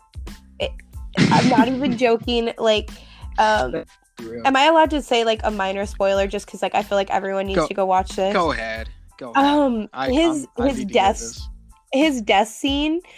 Can I send you the link when we're done recording? Because it is the funniest. I need to. Yeah. In his death scene in the dub, he's like, I'm laughing now because he calls him bro, right? So he's like, I did it, bro. Are you proud of me, bro? Okay, bro. And he's like crying, and he's like, okay, bro. And like, bro. Oh god, I need that clip. And he's just like, it's so. I laugh every time I see it. I still occasionally go back and watch it because like that was my biggest argument for why I was like sometimes dubs just don't translate well. I'll always use that scene where he's like, I did it, bro. Are you proud of me, bro? Okay, bro. Like it. Tell me.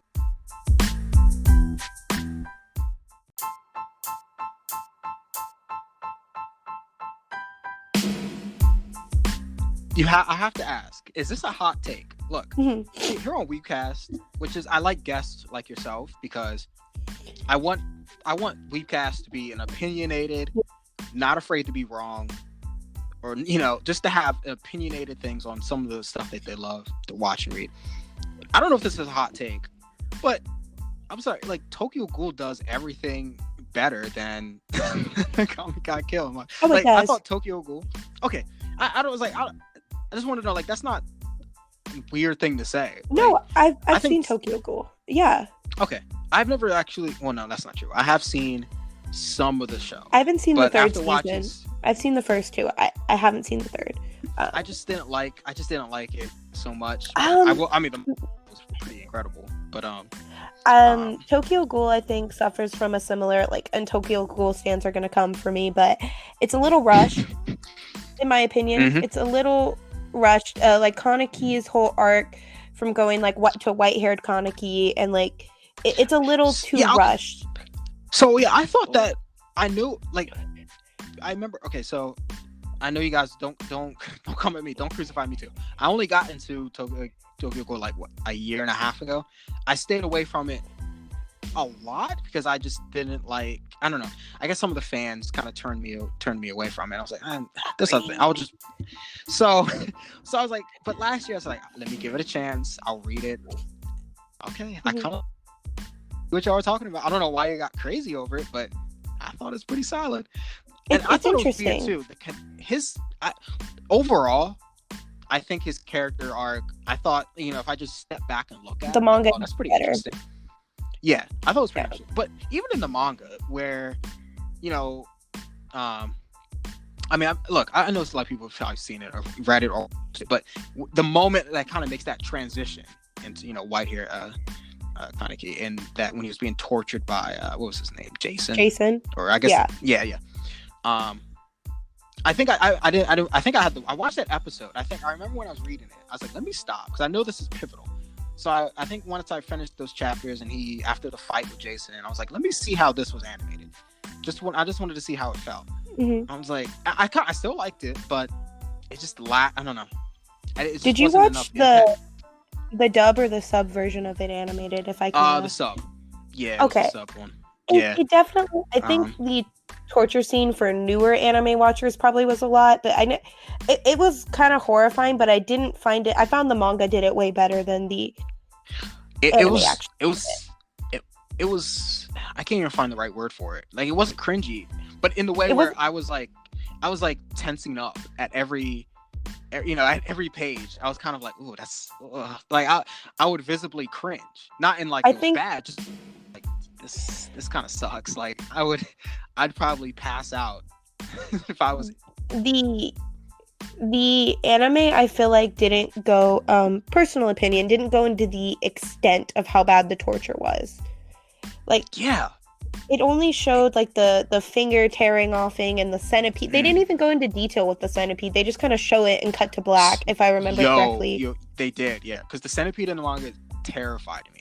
It horrified me. Like, it lasted for like a good 5. It was definitely more than like 5 chapters. It felt like it was a good amount of chapters that they spent on. I believe the torture, like, it's only shown for like 1 episode, and not even a whole episode. It's like only shown in because don't they 11th or 12th.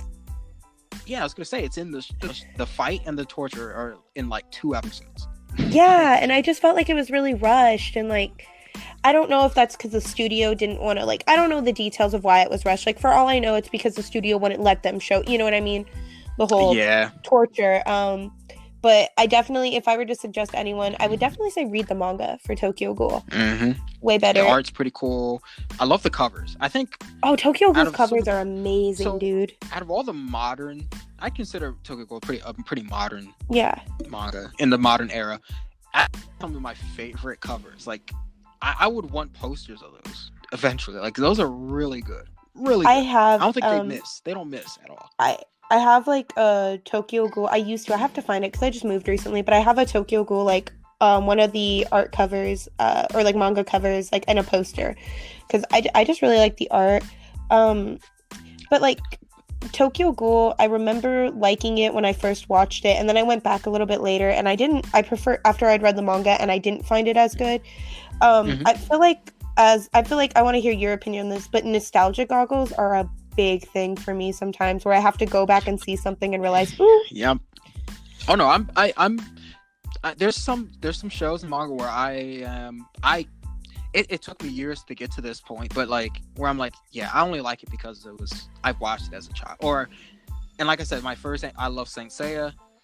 Yeah. I love mythology. I love history. Kind of like, and one of my all-time favorite animes and mangas, Katio Hitman Reborn. I know it's not the greatest shonen in the world, but it's like nostalgic.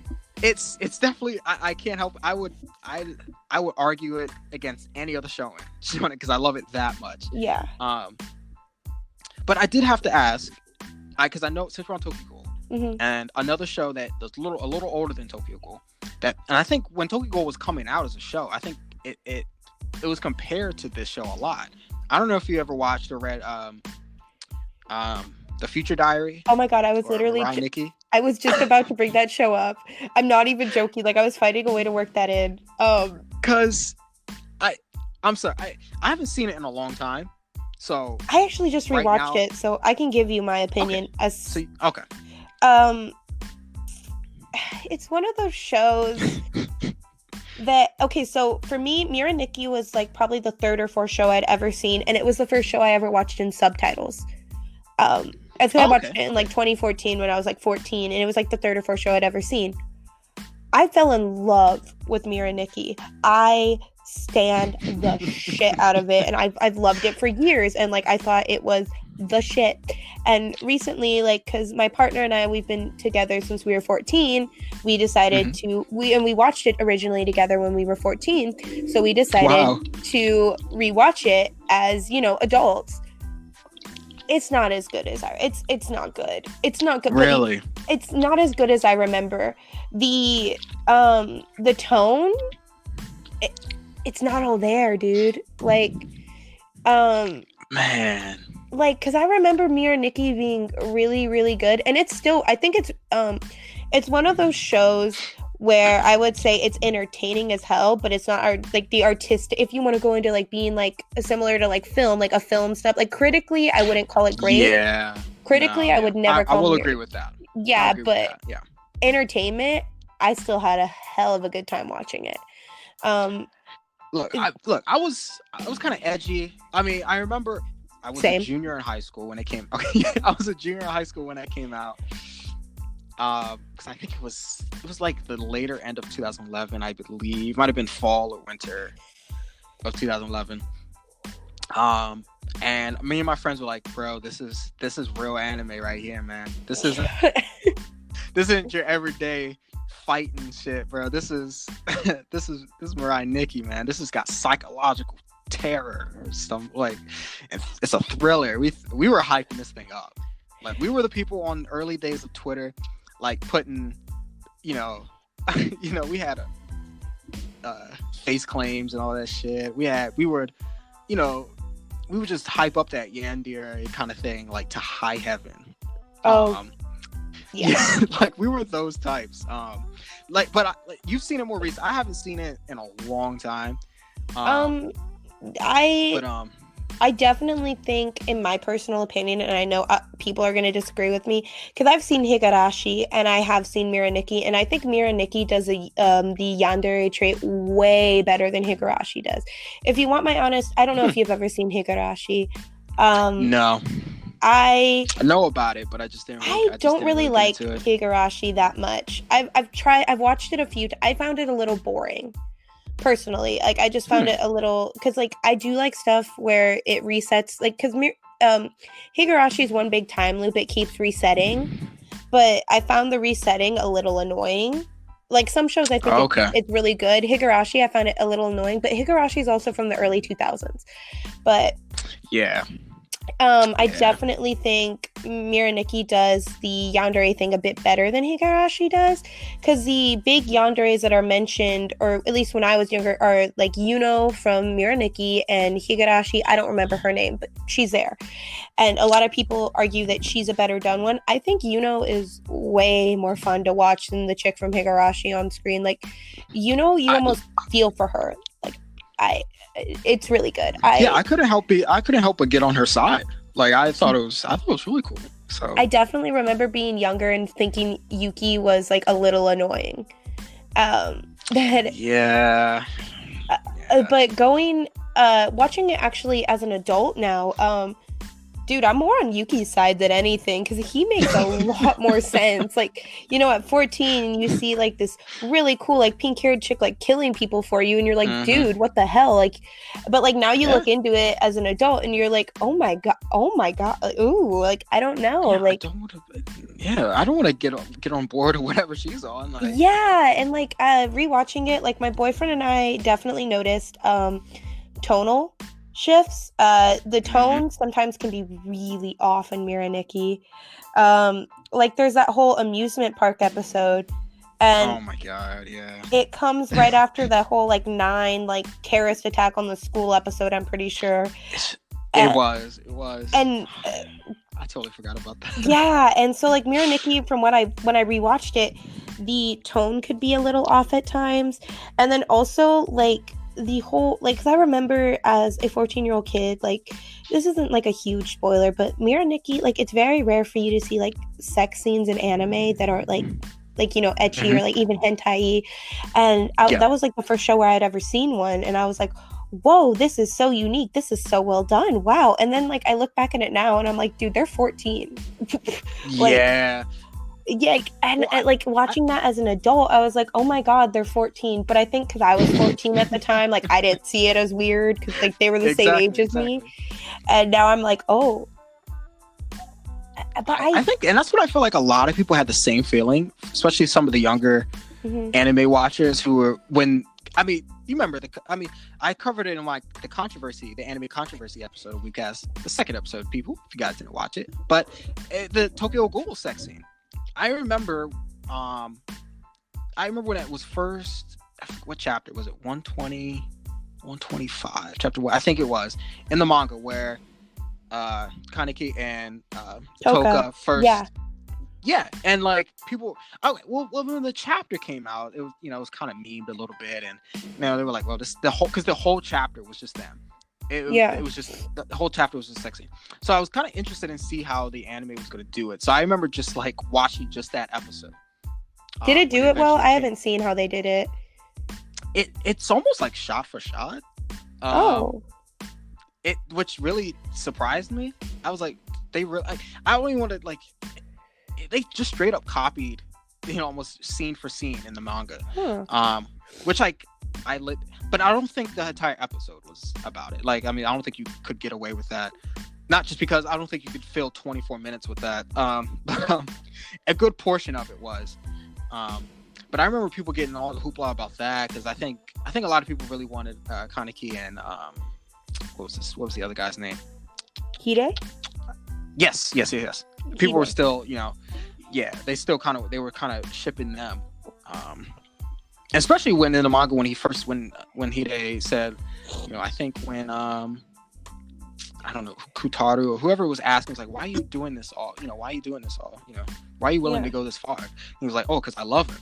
And the people went crazy. I thought that moment was incredible. Like, I want to ride or die like Hide, man. Like, that's the type of friend I want, bro.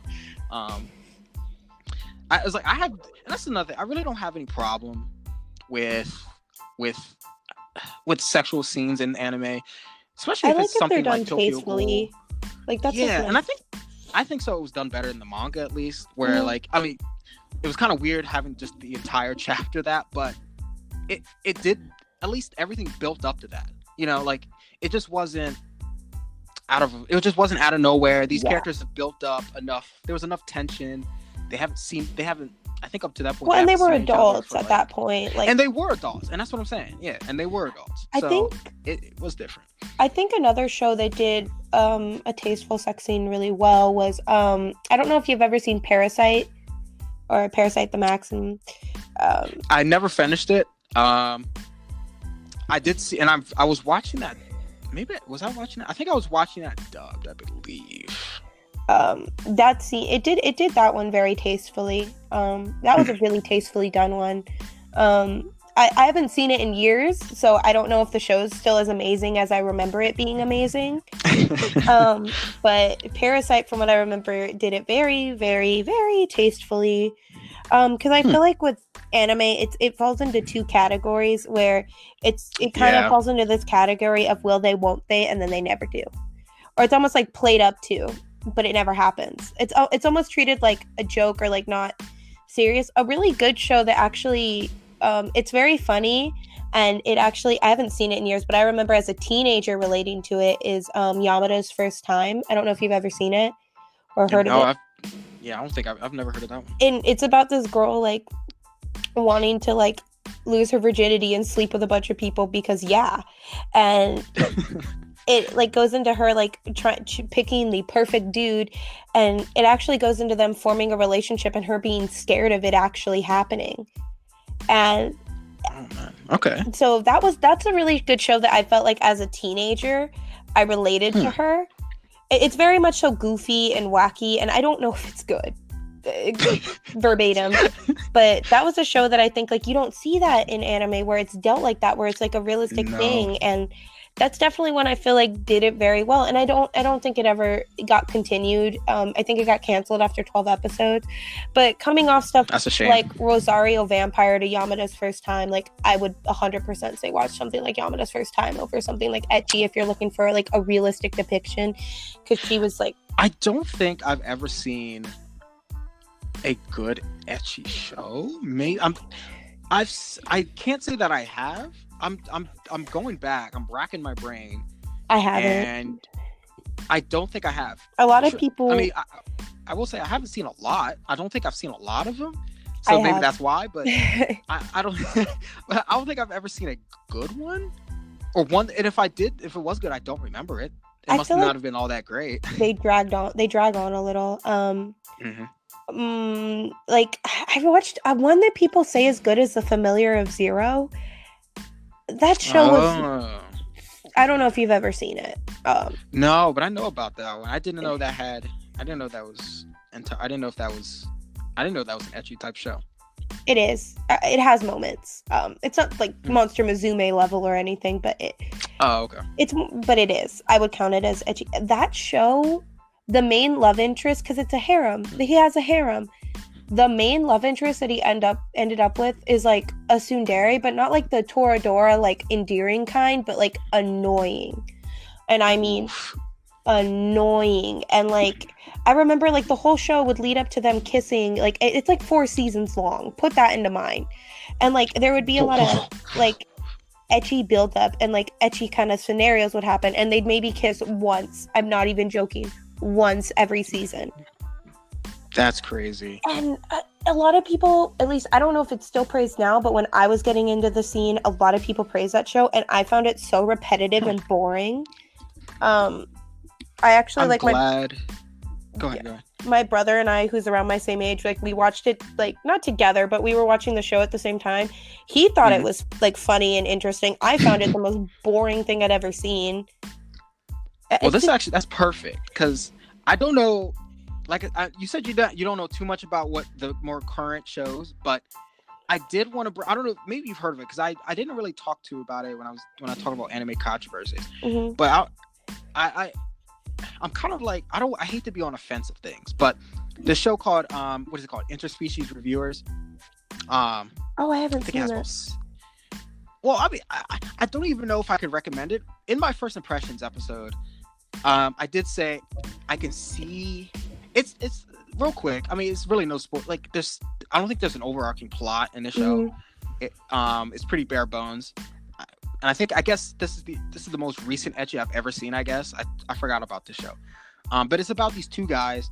One's a human, and one's an elf. And it's kind of like I thought it was just gonna be like some kind of isekai, or maybe just like a fantasy world type thing. But they go to different brothels, and then they kind of just rate the brothel. So they kind of just entire show. At least I've only watched the first 2 episodes. That's weird. I don't know. I mean, I didn't know what the controversy surrounding it before I watched it. I just knew that before it was even. What is the controversy? I think it was because it's just overly sexual. I think that's what I've seen. That's all what I could research. Could you text me or like message me on Discord the name of that? Because I would want to check it out. Not because I don't really like ecchis, but I'm kind of curious now because I hear if anything has controversy, like I have a tendency to check it out just to see like if it really is bad. Like that's the only reason I watched. I literally just said its name earlier and I'm like forgetting it. The one senator the first time one. No. The senator's talking. Eromanga Sensei. There we go. I don't know why I was blanking on the name. And there's shows that I think definitely deserve that controversy, like Eromanga Sensei. But like stuff like I remember Monster Musume got a lot of controversy, and that's another one. Yeah. And the thing is, I actually did watch that one, and I did watch Monster Musume. Yeah. For some of it, I won't lie. I thought some of it was actually pretty funny. So did I. I thought it was actually pretty entertaining. I don't think I could finish it.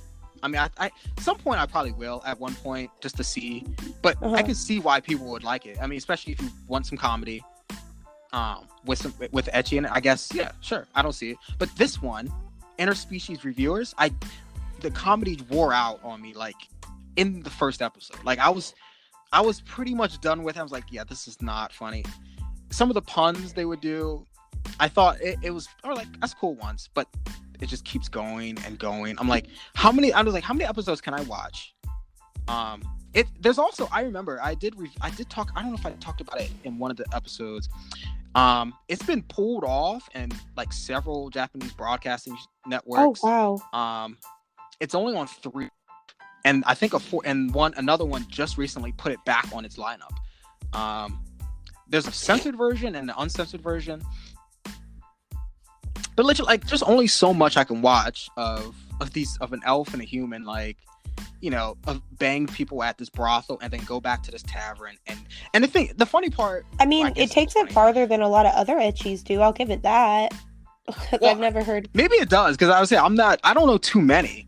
But most ecchis that I've seen, they never like have sex. It's always like build up, like it's like how close can we get without them actually doing anything technically like sexual. It falls into a lot of that. That's why like I heard it and I was like, oh wait, they actually like they Like, I mean, like, because like that's at least what I've seen. That never happens. Like, it never actually happens. It's like, let's build up to it as much as we can, but never make it happen. If you want something, again, I will drop you the name of Konosuba that makes fun of ecchi. Konosuba. Yeah, that one I got down. I'm definitely. It also makes fun of ecchi so much. It makes fun of ecchi so much, and like, it's just like to relay one of the jokes in it. I'll definitely send you the link so you can actually watch the joke played out, because it's way funnier to hear and watch than me say it. But one of the jokes is like the main like goddess girl that's an idiot. She's like, guys kept trying to look up my skirt to see my underwear, so I just made them invisible so they can't see anything now. And the main character is literally like taps her on the shoulder and is like cried. He's like, you poor idiot. And like, it's stuff like that. Like, it makes fun of it, and it's really good. Like, I like when shows do that to the genre. That's pretty cool. Yeah, I'm gonna have to check that out. Please, like, text me or like message me what you think about it. Like, I'd love to talk with you more about it, or like if you want to do. And like, does it have? You said doesn't have more than one. How many seasons does it have? 2 currently, and they have a movie coming out. Okay. Sweet. Even the intro to that show is funny. It makes fun of like shonen intros almost. Like I love that. I'm actually gonna. What's that good? I'm gonna actually like message you in one of the intros right now, just to give you an idea of what you're getting into. I was just I was trying to think of some other ecchi shows that I've probably seen, but maybe I didn't think of them as the time when I watched them when they were coming out. Was it High School DxD? I guess that's an ecchi show, I suppose. High School DxD, or is it? It's technically a comedy ecchi. The comedy wore out in High School DxD for me very quickly. Yeah, it does. I feel like it's very middle school and juvenile. Yeah, I even felt that sort of type of way, and that came out. I think I was just graduating high school when that came out. Oh, see, I saw it when I was like 14, and I felt like that. I was like, I guess. I was like, because everyone talked to me about it, and I was like, I don't really like ecchi, and they're like, no, but it's funny. It's funny. And I even watched it in the dub, because that's when I was watching more dubs, to maybe even understand the jokes a bit more. I did not find it funny. I did not. Speaking one more thing about Konosuba, I believe the first season's in dub and the second season isn't yet, but the sub's still funny. The sub is still funny if you want to watch it, but either way, Konosuba's funny. High School DxD, I've watched in the Japanese version and in the dub version. I never found it funny. Like, I found it more like boobs, like that. That's yeah, it did. Yeah.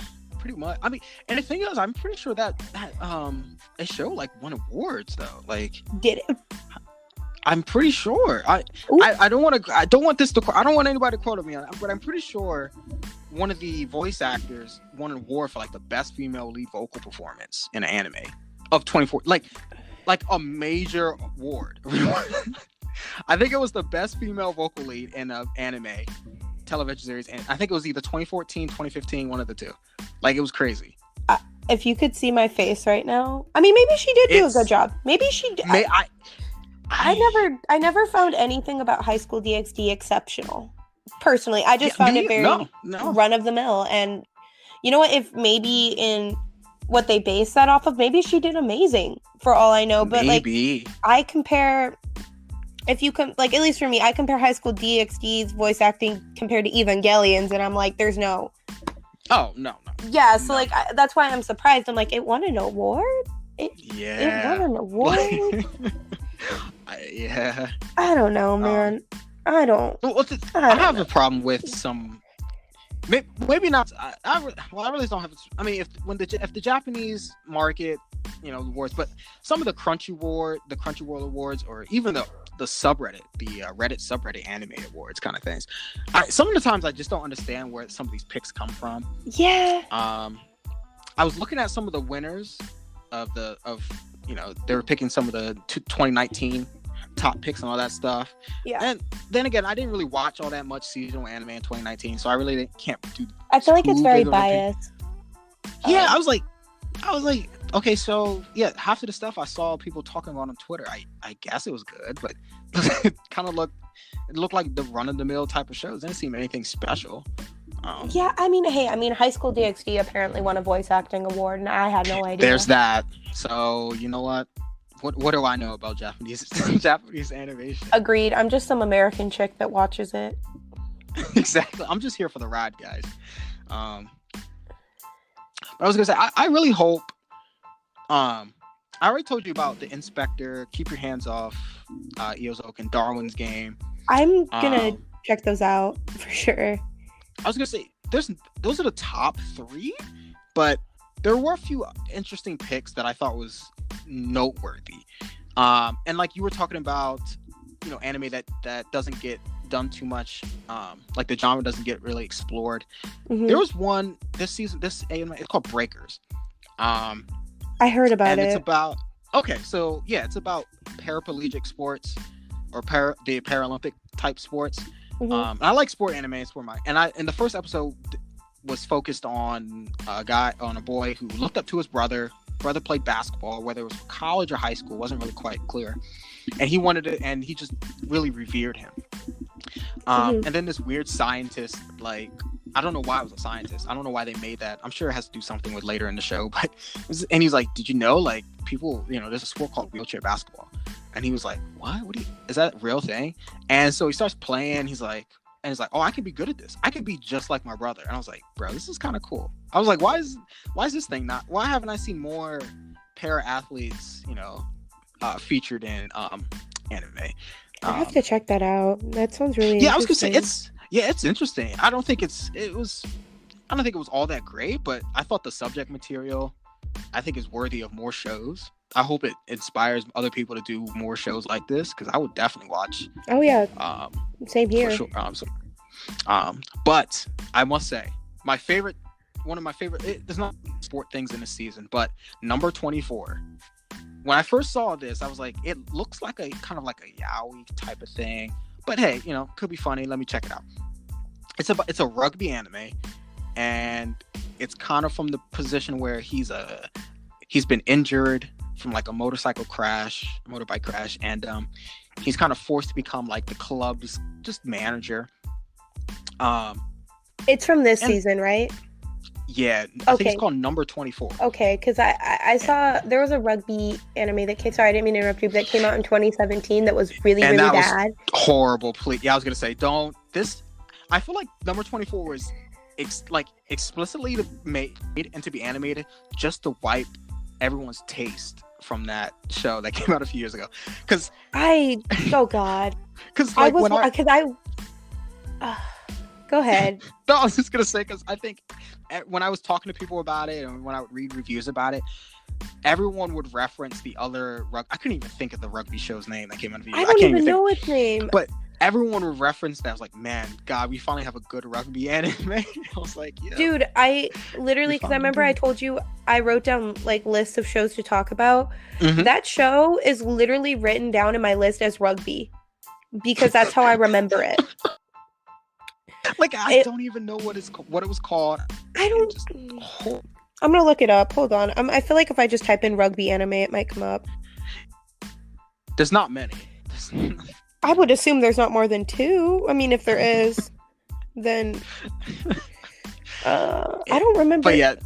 Oh, I found it. It's called All Out. It's called All Out. Yeah, All Out. It was terrible. Terrible. Can we talk about I just saw the art. The art was disgusting. Was there anything redeemable in that? Like, I don't think there was anything redeemable in that show. We had thick guys that save lives. I guess. Look, I'll say that All Out had thicker thighs than the guys in number 24. I'll say that out front. There's the caveat there, guys. If you guys enjoy some thighs, number 24 doesn't really have it, but it actually talks about the sport and actually has cool characters and looks good. Even if you because I know there's a genre of girls, at least when I was into anime, that would watch sports animes for the shipping aspect of it. Oh, yeah. I don't even know of course. what the hell the shipping aspect was of All Out. I don't No. I remember like I was watching it with like a few of my friends at the time, and they were like getting into it, and I was like, I don't want to ship anyone. That they all look nasty. I've learned nothing about this sport. Like, why am I here? And I was gonna say, that's what I talked about in my sports and manga episode. Like, one of the important things, which you think would be obvious, but you would want the manga or the anime to at least bring awareness to the sport and teach you the sport through being entertaining and and likable. All Out didn't do that for me. I didn't want to. Really uncomfortable close-up shots of dudes' asses. That's what I remember about All Out. Yeah. Like, I think it was leaning more towards being like a Free, where it's very fan servicey, but like at least Free taught me something about swimming. Like I was just gonna say, I'm terrified of the water. All right, swimming's not on my top things to do, but at least I love Free. And some of the boys were cool. I love the boys in Free. You know what? I can't even name it. I'm sorry. Have you ever seen 50% Off? No.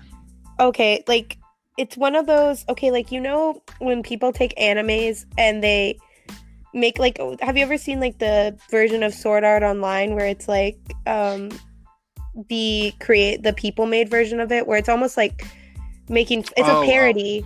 Yeah. I know what you're talking about. Yeah, 50% Off is a parody of Free, and I don't know if it's still funny. It was funny to me at 15. I don't know if it still is. It's probably nostalgia goggled, but that was pretty interesting. I just had to bring that up, but I actually went to a panel for that. So. Really? Yeah, the dude at AX 2017. I don't know if you know what AX is, like the big anime convention in LA. Mm-hmm. Yeah. He had like a huge convention, and I remember like there was too many people that wanted to go. Like there was a line, like because like those events aren't the best staffing or security. And I remember they literally, how many people wanted to go. Me and my friend got in line 2 hours early, and we barely made it in. Like the whole, they put him in like a huge room that sat 200 people, and what I heard, had to turn like 200 people away. Yeah, from this like parody one, and it was really, really good. It's an interesting parody because it plays into a lot of the shipping stuff, like makes fun of it, and it was interesting. But that does sound something like I would probably like, actually, because I enjoy parodies. Have you seen the Abridged series? Oh, that's what it is. There's a word, abridged. There you go. Oh, okay. It's an abridged. I love those. Go ahead. I want to do something. I'm sorry. I really want to do a topic, or like even if it's just a short episode on like, because I think abridged series are important to the anime industry. If or not even just the in culture. Whole, but definitely, just to the culture. Because the only reason I bring that up because you probably heard, but also the Dragon Ball Abridged, they decided to not continue. Yeah. And I was like, that sucks. Like it kind of hit me in a point like, bro, I won't be able to. They're not gonna do the 4th season. I'm like, and I was like, it made me think like, bro, Abridged series does a lot for not just but for the anime culture in America. I thought it brought eyes to Dragon Ball Z. It brought eyes. I remember. I don't know if you ever watched the Abridged series for Code Geass. Like, I know people who only watched that show because they saw the Abridged first, and they're like, "Oh, let me watch the Code Geass show." So, I love that one. Like, there's still soup. Like, a lot of people don't know that's where that comes from. That's what I'm saying. Like, that's how you test. That's how you test the weeb out there. You just gotta throw that out there. If they understand it. If you ever need someone to come in on an abridged episode, like, I'd be so down. I've seen a ton of abridged series. I'm gonna let you know when I do that one. Please, like, I have not even started and like writing that one, but that's something I want to do in the future for sure. You'll be the first one to know, because I actually do think I feel like I have a lot of thoughts about that one, and I think people take for granted the impact that a bridge series has. So I think it'd be pretty cool. Totally love to come on. I can talk all about 50% Off and like the Sword Art Online abridged series. I would have to watch that one. and I'll have to watch I don't think I've seen this. You've never seen the Sword Art Abridged? I don't think I have. Oh, you need to. Oh my god. Oh, it's so good. Like people have made reviews on it saying that it's a better version of Sword Art. Like even the story in it makes more sense than Sword Art's story. And they actually the 12 episode original, like, you know, the first half of the series where they're in the like Sword Art part of the world. Yeah. Before they go to like Alpha Online, it's like 20 plus episodes of them just in that world, and they flesh out a full story. No way. Yeah, or maybe it's like 16, but still, like, it's more than 12, and it is hilarious, dude. I've rewatched it a few times, and I love it. Like, you need to watch that. Like, you're sleeping on something amazing. Like, yeah, I don't know. I can talk about that for a while, but definitely, if you have an abridged episode, I will talk about that series because it's amazing.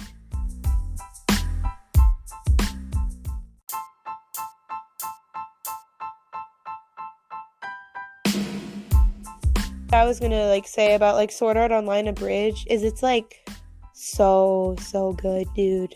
Like, I've never seen that abridged before. Dude, like, I'm surprised you haven't. Like, because you mentioned... I just didn't know there was one existed for Sword Art Online, to be honest. Like, really? It's pretty popular. Like, that's why I was surprised, because it has a decent following.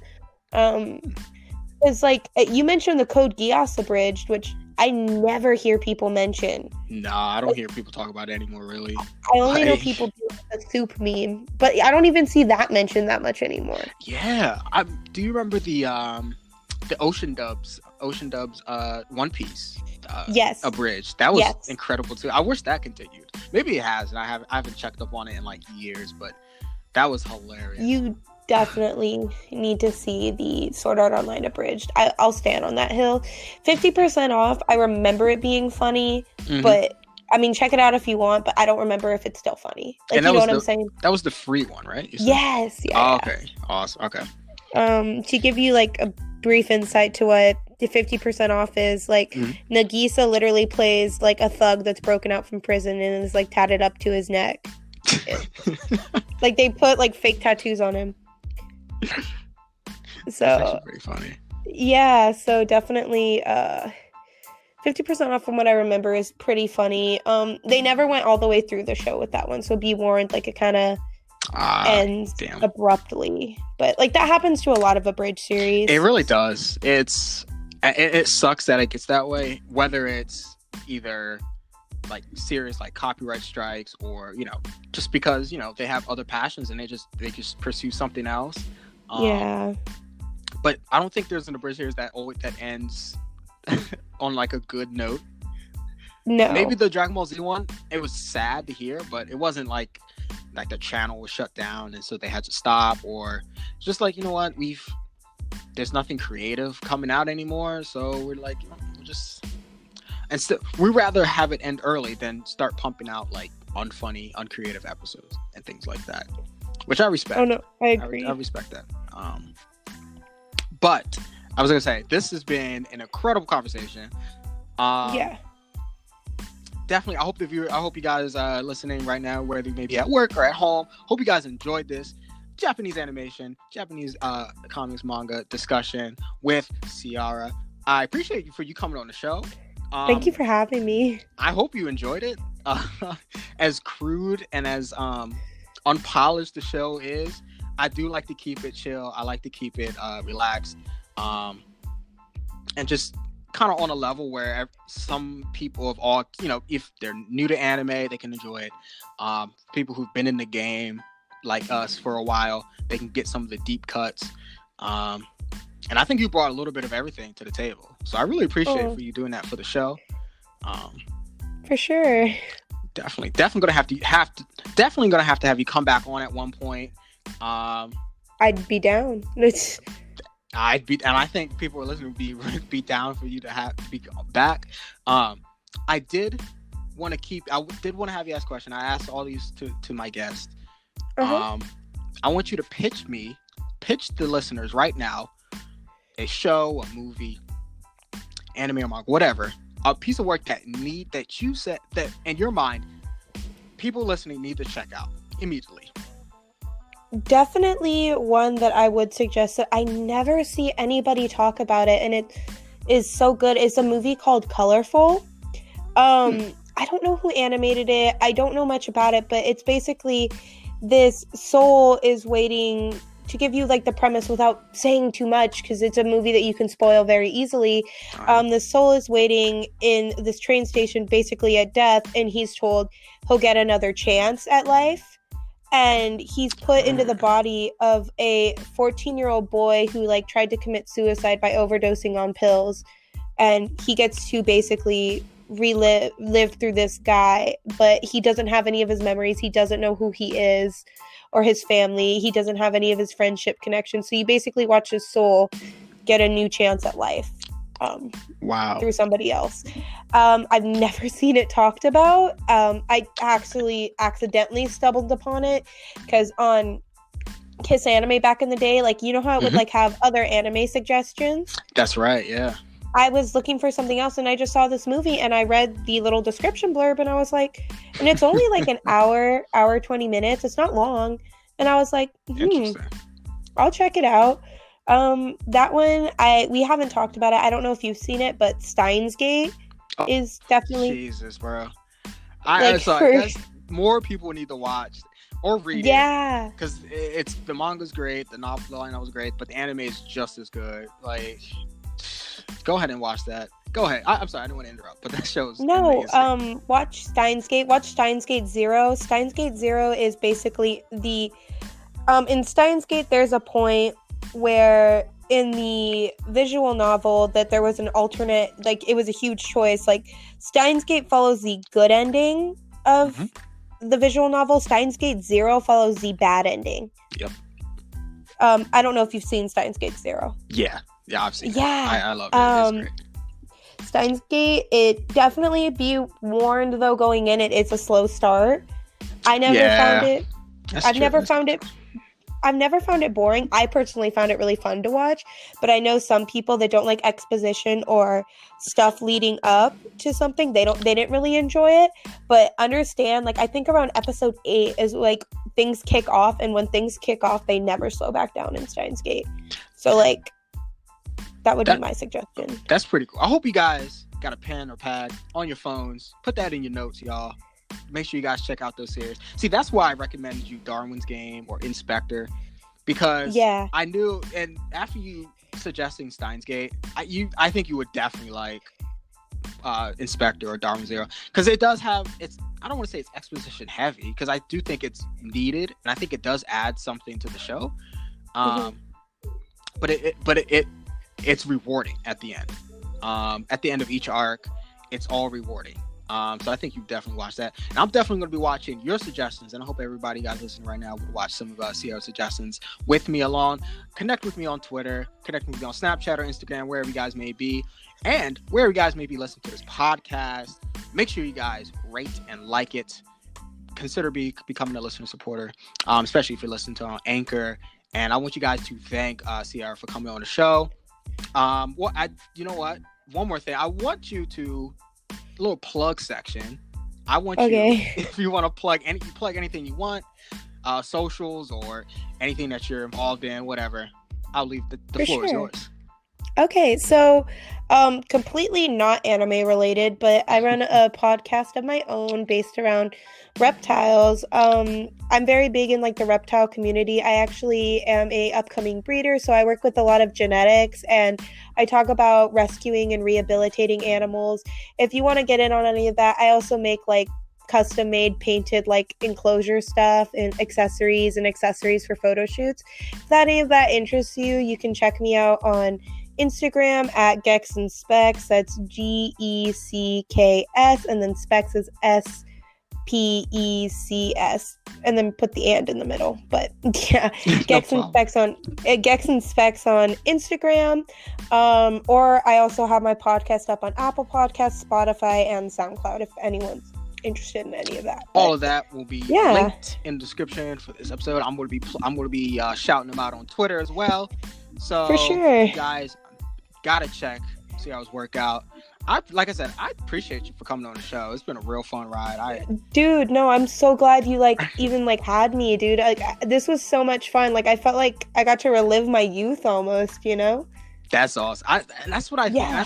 That's really what I want to do with WeebCast. Definitely want to bring on people, different perspectives of their journey of why they watch some things they watch and read some of the things they read. And just bring the community a little bit closer in a nice, civilized, and an enjoyable way. And you definitely worked towards that, and I could tell a lot of people are gonna like this episode a whole bunch. I hope so. Definitely, I'm gonna let you know when it blows up. It's all because of you. Oh nah, man. I mean, just tell me when it launches though. Like, 'cause I'll definitely like show some of my friends this. Like, I really enjoyed it. I was gonna say, I hope so. I hope you guys enjoyed it too. This is your boy CW, and this is Siara. Make sure you guys stand up and do that weeb salute real quick. I hope you guys have a lovely rest of the evening. Thank you for allowing our voices in your ears and into your homes. Have a great day, weebs.